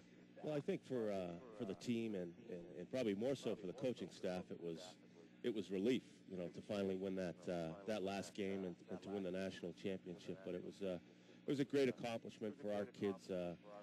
Some that had been there, for their fourth year, and others that maybe first, second, or third. It was certainly a great way to finish, the season. A great way for a couple of seniors to finish their careers, and certainly, just an unbelievable feeling and something that they'll always carry with them. So it's a great accomplishment for the girls last year. At the same time, that puts you in the role of defending champion. That's always a little bit of a different animal, I suppose. You're off to the 4-0 start this season. But tell me a little bit about the 2007-2008 version of the Cardinals. Maybe you didn't lose a ton of players, but every team is a little bit different. How is this one shaping up? Yeah, I think we're definitely a different team. We're a little inexperienced in the net. Danielle Beatty's been getting most of the work for us this year, and she's doing a great job. So, that was the big question mark going into the season, was replacing a two-time All-American in Bree Doyle. And, hopefully we've done that, but time will bear that out. I think we return most of our top scorers, and we moved Steph Moberg up front from D, and she's doing a great job for us. So, we're just hoping that our D can continue to play the way that they've been playing. And, I think great teams or championship teams are built from the goaltender on out. And it's early on in this year's season, and, at this point we're happy with what we see, but, we need to keep getting better every game. You referenced Bree Doyle. That was going to be one of my questions. 50 wins and 58 starts really was the workhorse for this.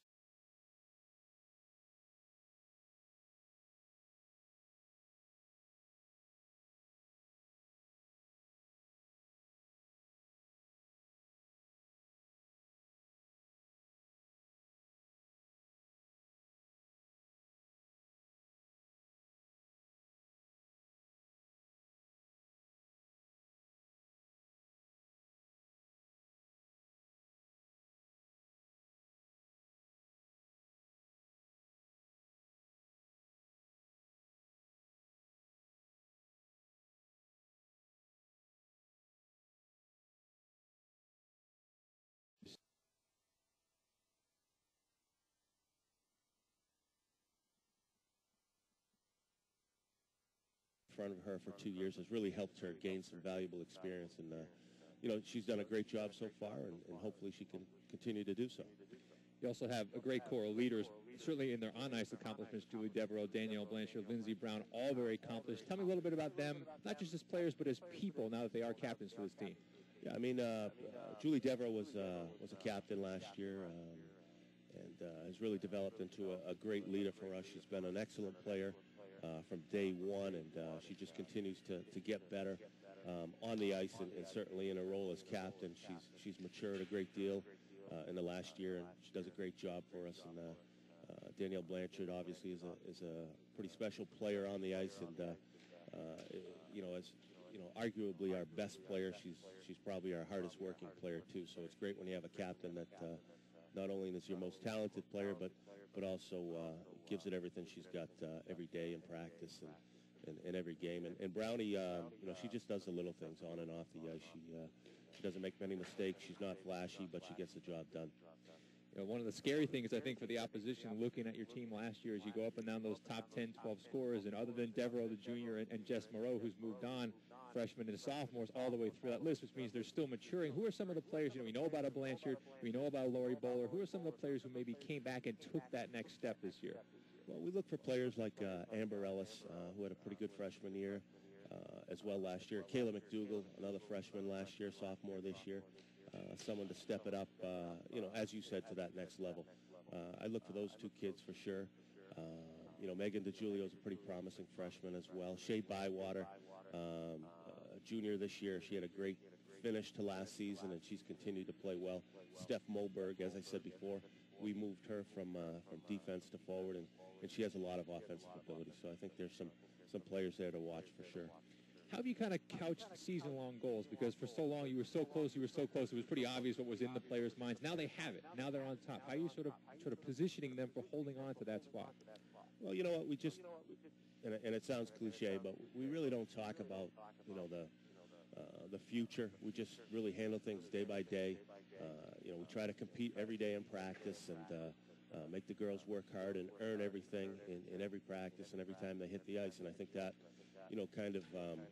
follows through in game situations. So we just kind of take things one day at a time and really don't look, past the weekend at hand. Big weekend, always a highlight of the Division III schedule, this event that you and Bill Manigo have kind of teamed up to put together year in and year out. Tell me a little bit about sort of this Panther Cardinal Classic, Middlebury Tournament, whatever it's come to be called. It's a great event, and same should be the case this year. Yeah, we finally put a name on it this year, and it is the Panther Cardinal Classic, and you have 4 great teams playing. It's a great kickoff to the season. Certainly for the Nescacs, it's their first weekend, and the season's still young for us in Elmira as well, so I think it's just a great way to kind of kick off, the Division III college season. You got 3 teams that are ranked right now, and Williams College is certainly a good team and a tough team every year. Let's talk a little bit about the matchups themselves. One story, of course, anytime you come into Kenyon Arena, a little bit more ice to navigate, and you've got a couple of NESCAC teams in the tournament, potentially maybe a rematch with your old friends Elmira on Sunday as well. Tell me a little bit about Williams here on day one. What are the goals? What are the keys? Well, I think we have to keep it simple. Make sure that we don't make mistakes and give them, grade A scoring opportunities. Get the puck deep, limit your turnovers at the blue lines, and, play the game in their end. And, as I said, just kind of keep them away from the net as best we can, and, don't give them opportunities. Make them earn their chances.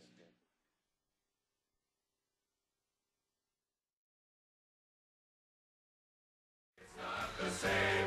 That is why you'll never see owners or agents on CSTV. Football, soccer, and volleyball. We cover 30 sports overall. That is why you should try marching onward to CSTV.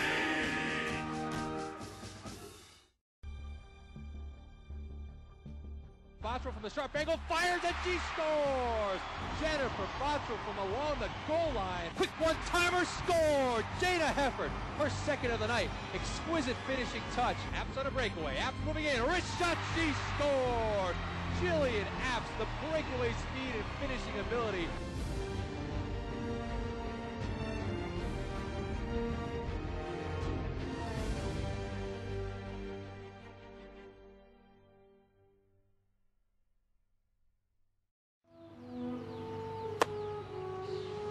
You got a gift, son. With that gift comes a lot of responsibility. That's why we're gonna pull you out of school. We're gonna get you a big-time agent. We're gonna hold out for the biggest pro sports contract possible. Okay, Pop. We're gonna make heaps of cash.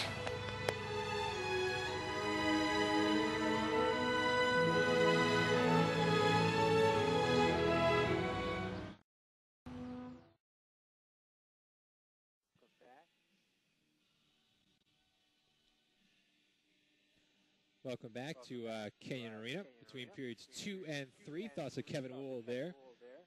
As we mentioned, for his Plattsburgh team, it was a long time coming. Middlebury really held the fort against that program as much as any other for a number of seasons.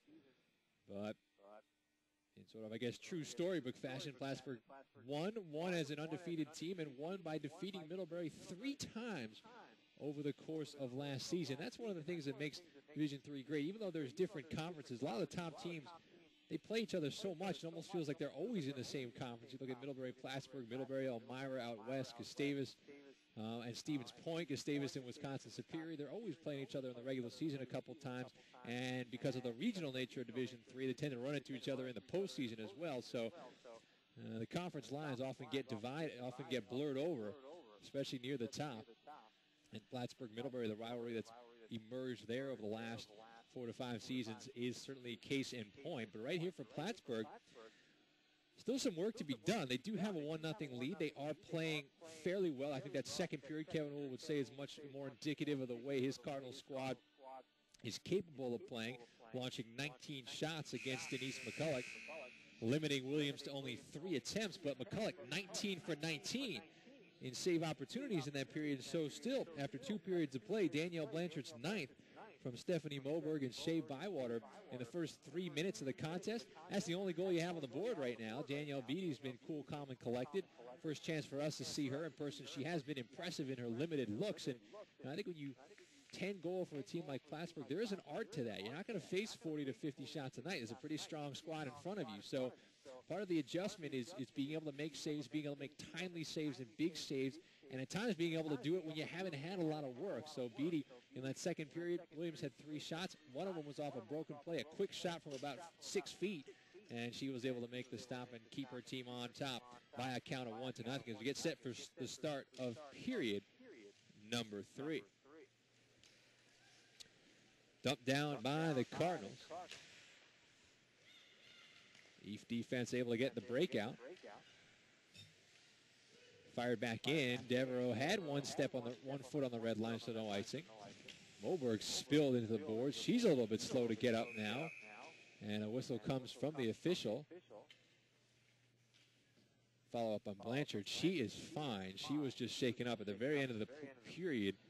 She went in hard behind the net. Williams' defender went in hard. Neither player was actually looking at each other, and they ran flush face to face, and both went down. Blanchard skated off under her own power. She's back out there, took the initial shift. Now the attention turns to Moberg. Took a little bit of an awkward tumble into the board. She's still sitting on the bench, but isn't getting attention from the training staff, so looks to be okay as well. And Kate Fairfield, who spent the longest time on the ice, she is also standing on the bench, so she's good to go. So all's well in the health department, it would seem, thus far. That's always a positive development. Ainsley Bryan shouldering off Carolyn Kwan as she tries to start the clear on the far side. First minute of play here in the third period. Williams looking for the equalizer, and all it's going to take is one shot right now, down 1-0. Denise McCulloch, as she has done so often, giving her team a fighting chance. Claire O'Connor looking for some insurance as she leads the charge through center. The drop pass is to Brown. Fan on the wrist shot attempt, maybe bothered a bit by Kate O'Brien.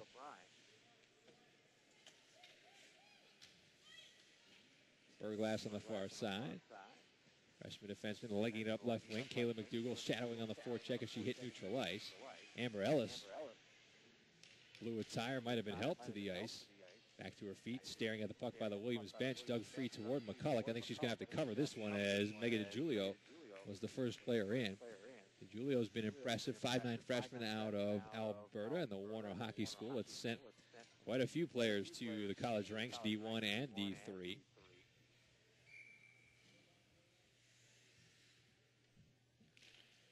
Off the draw. Quick wrist shot. McCulloch's glove is right there to receive as Ellis teed one up. Save number 26 for McCulloch. As we mentioned, 67th appearance for her now. 28, 30, and 6 in her career. Mentioned Plattsburgh trying to replace the great Bree Doyle. Doyle's numbers, video game-esque at the goaltending position. 58 appearances in her career, 50 wins, 4 defeats, 3 ties, and a 94% save percentage to go along with her 1.2 goals against. Those would be career numbers for her. But Danielle Beatty showing that, you know, it is her job. You heard Kevin will say it, her job to lose so far, doing nothing to open the door for the alternatives on the roster, Mandy Mackerel or Amanda Hoy. Williams back in their own defensive zone. Nowakowski behind her own net, 2.5 gone by in the third. And when does Williams look to take a few more chances? They've been fairly good defensively, kind of the bend but don't break, don't challenge too much, but pack it in a little bit and protect the interior. But at some point, they're going to have to extend the zone, extend the offense, and try to create some chances. As Fairfield puts it in deep on the left wing side for the Cardinals. Ferreter, goal line extended, short distance pass through the stick of the intended receiver, Berger. And lets Tara Khan hold the line. 3 Cardinals against 2 Eves. Finally, numbers even up. Chipped forward by Zurek. Through center comes Tarnaski. Slow developing play as Ferreter puts it to the corner, where it's taken by Fairfield. Fairfield on the backhand around for Sharon Smith. Smith in turn, sending it up the wall. It's held for a fanned wrist shot. Taken back by Smith between the circles of her own zone, and she leads the charge 3-on-2 if they hurry. Smith with a full head of steam, trying to go through the defense. Smith with a wrist shot, and McCulloch the pad save. Sharon Smith showing the deft touch offensively, but McCulloch again in good rhythm here with 27 stops thus far. Kahn, left wing side. Brittany Mead just off the bench, tips it into Williams real estate. Poked back out, and here's Allie Morrow on the left wing side. Assistant captain for Williams, lobbing deep. Tori Taussig on the follow, came up empty.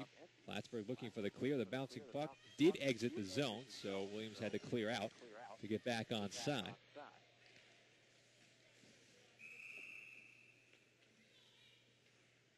And it looks like we'll get the call for an icing here, so bringing the draw back to the Plattsburgh end. Patient start to the third period. Plattsburgh up just 1-0. Blanchard's 9th. Is the difference right now. And we see for the first time Elmira's squad making an appearance as they get set to start their warm-ups for Game 2 of the semifinal round in this Panther Cardinal Classic here on the USCHO Game of the Week. Dumped in by Blanchard. Blanchard, a little bit of a defensive posture, just stayed along the blue line instead of going to forecheck. And it looks like that puck might have been played with a high stick. So we'll keep the draw by McCulloch. Just under 5 gone by in the third. As we mentioned, first 5 games of our schedule this year, all Division III games. We're going to switch back to Division I for a couple of games next week. Going to be actually at Dartmouth for both occasions, and some big play in the ECAC Hockey League as St. Lawrence, the conference preseason favorite, pays a visit to the defending conference champion Big Green. Williams trying to create is Nowakowski diving in front, coming up empty on a broken play. Blanchard in transition. This is where she's dangerous. Blanchard trying to drag it through. Look out. Tripped up. There's going to be a penalty call. No recourse there. Berglass was on an island, and on an island against Danielle Blanchard is not a good place to be. As Blanchard trying to go with sort of a slow developing dangle, had the inside position and a potential breakaway if she had not been hauled down. So the call made for hooking. And Jacqueline Berglass off for 2. As Plattsburgh's power play, 22% a year ago, and in the early stages this season, was at 39% through 4 games, albeit against lesser opposition. Has been held at bay 0 for 5 thus far, but looking for some much-needed insurance here. The number 1 ranked team, you never want to leave it to chance in the final minutes if you can help it. Far side, Claire O'Connor feeding Lori Bowler. Bowler with room to crisscross with Lindsey Brown. Bowler on the near side has Bryan available at the point. Bryan square, hoping for a one-timer, but did not get the reception. And it's O'Connor instead in the corner. Now Bryan up top. On the swing, Shara Smith barely held the zone, right back to Bryan. Fakes, pulls it down low to O'Connor. In front, took too long to get the pass off, and it was blocked by Mallory Green. Bowler back on it on the forehand. Minute 13 to go on the penalty. Hands off O'Connor, trying to ladle in front to a cutting Lindsey Brown. That was denied. O'Connor again with a playing make, again behind the intended receiver. Wound back below the end line. Bowler now in the playmaking position. Kicks out top to Ainsley Bryant. Bryant lets fly with a big drive. That goes wide. McCulloch might have got a piece for the blocker. Lindsey Brown rotates it out top now. On the swing to Bryan. Bryan stepping in, has a screen. McCulloch high on the crease. Save is made. Rebound is left. The puck popped high in the air over the crossbar, but did not go in. Bowler again. Now Bryan again up top. On the swing one more time to Sheriff Smith. Nice skip pass, and Bowler was there, but came up empty on the one-time attempt with 29 seconds to go in the power play. Williams finally gets the clear as Mallory Green forces it beyond the blue line. Sheriff Smith far side. Partial change to get Blanchard back out there at the tail end of this power play. Blanchard will let Amber Ellis go fight for it behind the net. Standing her ground is Lauren Zurich. Shea Bywater comes over to help out. Blanchard makes it a triple team as Bywater wins it free. Starting the cycle. Ellis trying to go in front to Blanchard. Skipped off a defender. Bouncing puck settled by Moberg on the backhand. Far side Blanchard. We're back to 5-a-side. Still 1-0 Plattsburgh. 13 minutes to go in the third. Centering pass in front. Again Blanchard came up empty. The drive by Moberg is blocked. Ferreter got the worst of that one off her kneecap. Stays with it though and gets the clear. Williams continues to hold a potent Plattsburgh attack at bay.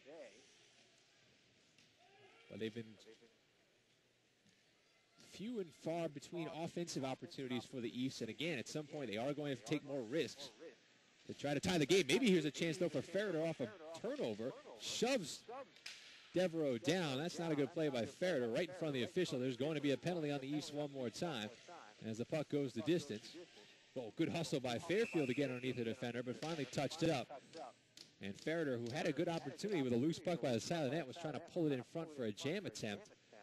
That didn't go for her, and then reached out and pushed Devereaux from behind in full view of the official, and not going to get away with that. So Plattsburgh back to the power play for the 7th time now, looking to extend a 1-0 lead.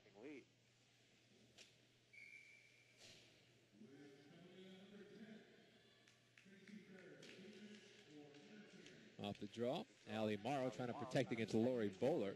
Burglass there as well, lifts the larger Bowler's stick. Lindsey Brown comes over to help out, and it's Brown on the forehand feeding Shara Smith at the point. Point on the Smith on the swing near side to Bryan. Continue to work the perimeter as it goes down low to Bowler. Bowler slides on through to Lindsey Brown. Up top now to Shara Smith. Smith with a shot fake. Down near side, Bryan steps in. Might have been trying to go backdoor to Brown. That went behind her. Brown does get to it. Goal line extended far side. Up top now Smith. Smith back for Brown. Brown spinning it to the front. Bowler protecting on the backhand, using that size to her advantage. She deals to Smith, who swings quickly to Ainsley Bryant. Bryant waiting for a screen to develop. The shot was blocked, and there's a lane to clear available. Taking advantage, Tori Taussig sending it down.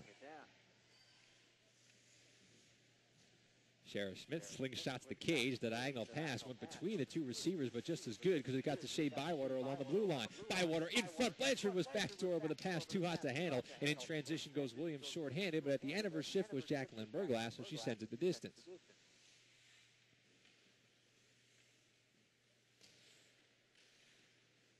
Moberg on through to Ellis through center. Trailer is Blanchard. Far side into the circle. Down low, Ellis. Players available in front. Blanchard, give and go, score! Danielle Blanchard again, finally on the power play, finds the mark in Plattsburgh. A 2-0 lead. And both of Danielle Blanchard's goals today, the results of heady off-puck play. She was the trigger initially on the far side, sliding it down low for Ellis, but Blanchard always in motion when she doesn't have possession. Part of that work ethic that Kevin Uhl talked about, and she's been close 2 or 3 other times. And finally there, got the clean wood to it. Had a little more room, a little better position inside the defender, and knocked it home for her 2nd of the day, and 10th already on the young season, averaging 2 goals per game thus far.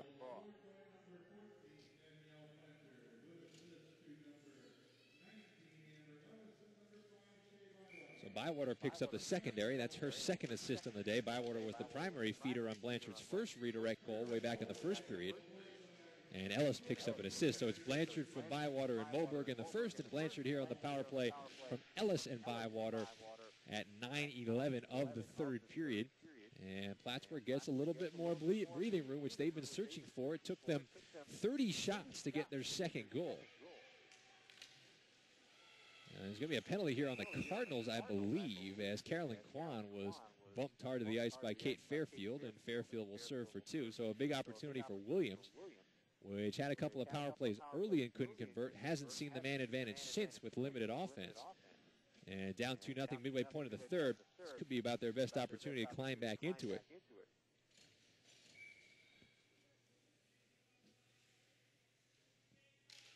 Kwan takes the draw, wins it a little bit too strong, so Kate O'Brien back to get it.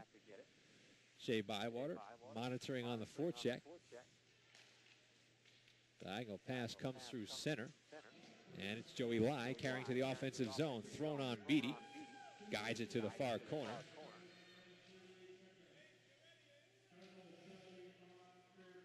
Carolyn Kwan losing on the poke check to Ainsley Bryant. Bryant's in a workhorse defensively. Big size, big shot. The 5'7" junior from Grimsby, Ontario, and she gets the clearance. Bywater harassing on the forecheck. Minute 20 to go on the power play for the Eves. Nice diagonal pass in stride. Finds Kwan on right wing. Carolyn Kwan cutting to the center. Has some room open up, trying to drop it off for Allie Morrow. Second trailer is Allison Page. Page curling through. Page for the diving wrist shot that was blocked. Bywater gathers it and clears the zone.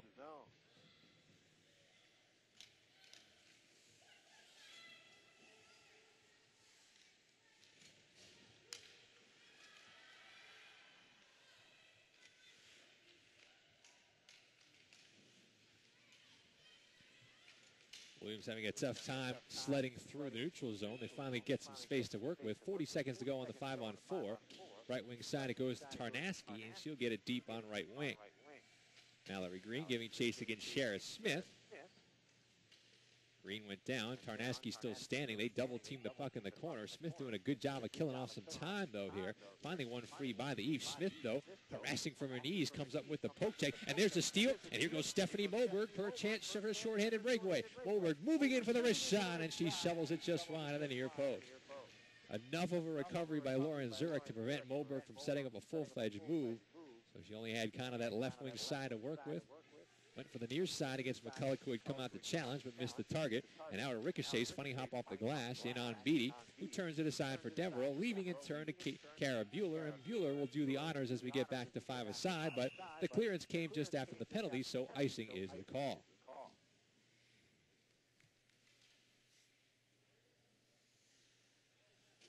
So Blanchard with a pair, her 9th and her 10th. Mentioned she's had 20-plus goals each of her first 2 seasons. Already halfway to that mark once again.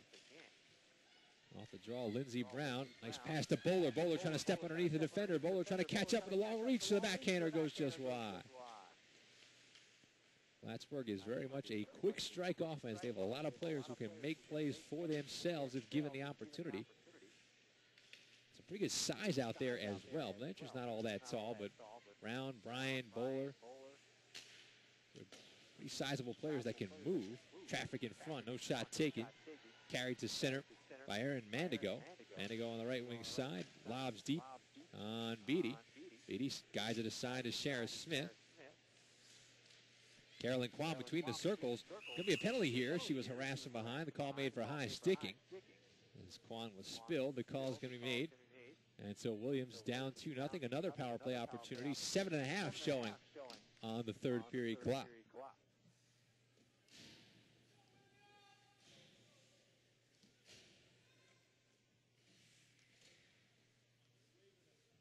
Late substitutions. Kevin Newell's going to send Blanchard and Moberg, his ace pair in all situations, out. And Blanchard wins the draw back to Ainsley Bryant. Bryant blasted all the way down. McCulloch watches it go past. Berglass far side. Blanchard, sensing maybe an opportunity shorthanded, presses the issue. Nearly came up with a turnover. Now peels back as Moberg goes in the forecheck. Lob through center, right wing side. Poked down deep, and it's Mallory Green trying to get inside Ainsley Bryant to the corner. Bryant lost her edge. Devereaux provides support. Loses, though, to Tarnaski. Tarnaski on the backhand, works it out front. The outlet is Ferreter. Wrist shot, heavy traffic. Beatty, off balance, was able to close it up and cover it on the doorstep as Tarnaski was dumped in the crease. 1:22 to go on the penalty, which went the way of Shara Smith. Shots 30 for Plattsburgh, 15 for the East now. And the Cardinals with the 2-0 lead. Blanchard with both tallies for the defending NCAA champions. Clearing attempt successful by the PK. Left wing side carried over the line by Allison Page. Page looking at her options. A little more passive is Plattsburgh right now. So O'Brien and Page play catch along the perimeter. Down low to Quan. Now more aggressive becomes Bryant. Lost her stick in the process. Lobbed around the far side wall, gathered by Page. Page from the angle flutters one through the crease. Morrow giving chase against Lindsey Brown. Brown hacks it back to center with 45 to go on the power play for the NESCAC team. Nice diving shot block by Angel Lee Bryant, throwing her weight around here on the short-handed situation. Got another clear. Williams, though, trying to catch Plattsburgh in a change. They have numbers. Redirect is put just wide by Morrow as Bueller was still scrambling back to position to even the odds. Blanchard transitioning through center on left wing. Momentum is stalled, but she did get out of the zone. There's only 15 seconds left on the power play. 5:40 to go in this third period.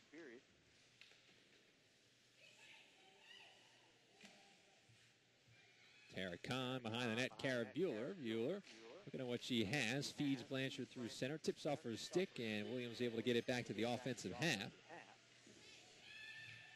Sent back down. Fielded by Zurek for the East. Zurek retrieving it now behind her own net. Leaving behind for Mallory Green. Collision in the far circle. Bueller holds the line. Coming up on 5 to go in the third. Danielle Blanchard's 9th and 10th of the season. As the defending NCAA champions, 5 minutes away from their 34th consecutive game without a defeat. They're looking for more here. As in steps DiGiulio for a wrist shot. McCulloch never saw it with the bodies in front, but it did not go through. DiGiulio staying with it now well. Feeds McDougal. McDougal trying to turn it toward goal. Might have been better served to pass instead of shoot, but rolled it in on McCulloch, who logs the cover once again.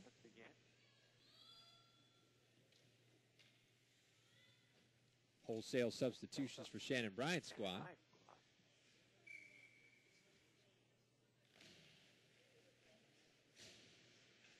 Carolyn Kwan, the captain, leaves behind the net. Shoveled out to the point. Sarah Sampson holds it there.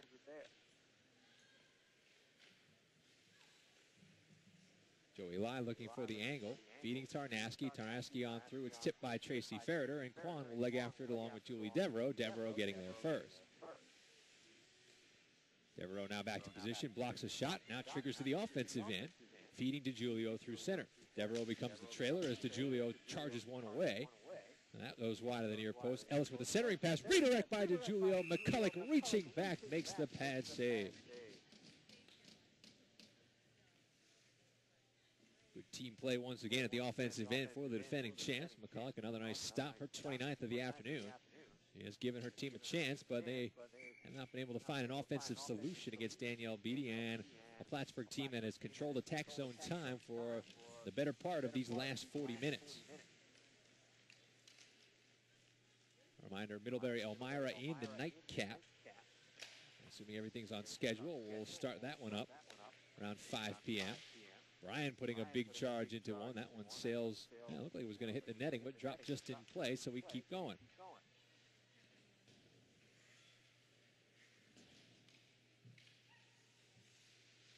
Plattsburgh in no hurry. They have the 2-goal lead with 3.5 to go.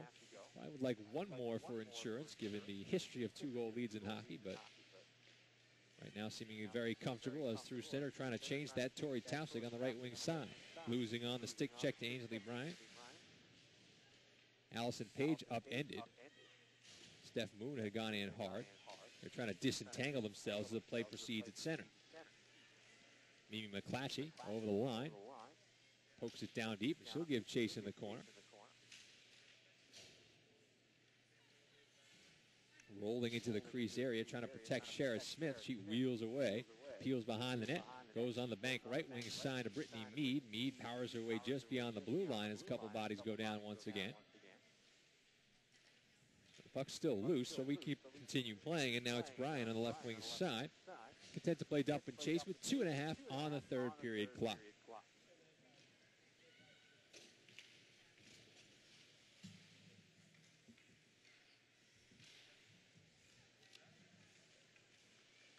Blanchard trying to make a couple moves in traffic in the offensive zone. Takes a return pass from close quarters, trying to shovel it in front. Turning shot by Bywater. Save is made. Is loose outside the crease as McCulloch holds the fort for the moment.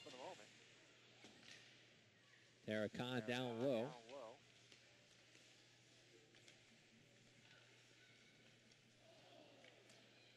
Blanchard on the far side for the Cardinals with under 2 to go here in the third.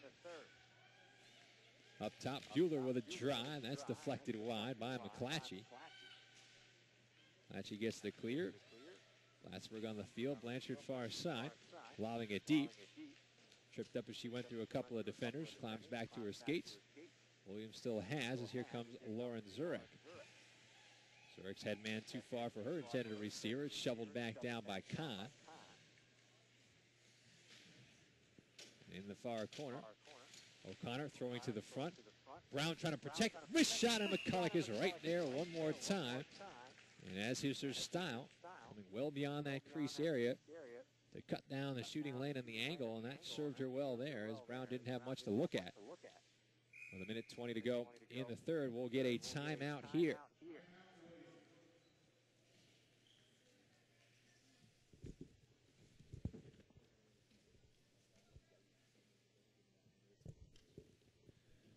So Shannon Bryan in a 2-0 game will call her troops over to the bench and would expect that she would look to get Denise McCulloch off for the extra skater if she can here. Stranger things have certainly happened on this program and many times elsewhere in hockey.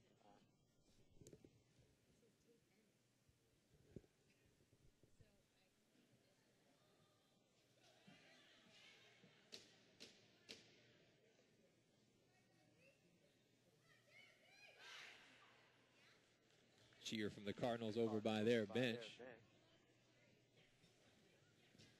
as they get set to defend this final 1:20. They have 33 shots on the afternoon.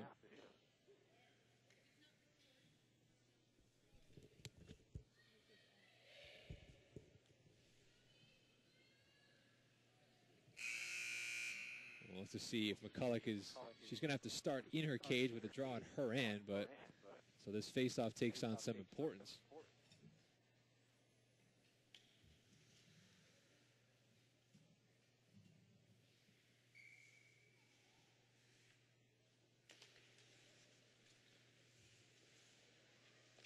So off the draw, Williams does get control. The headman pass is tipped by Tarnaski, and there goes McCulloch to the bench. This is not going to be far enough for icing, so they will get the 6th skater on with 1:08 to go here in the third, and Plattsburgh with a 2-0 lead. 6th skater was Quan, and she was in good possession to break up the clearance. Now it's taken by O'Connor, and O'Connor able to lob to center. Lori Bowler trying to go to the air to jump over a defender.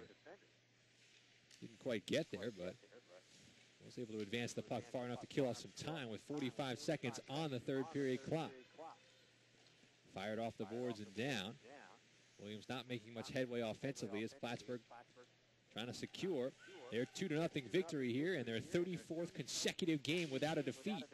Williams finally does gain the offensive zone, only 30 seconds to work with, and it's forced back out. Good work by O'Connor. It takes aim at the empty net, and the rolling puck goes wide by a couple of feet.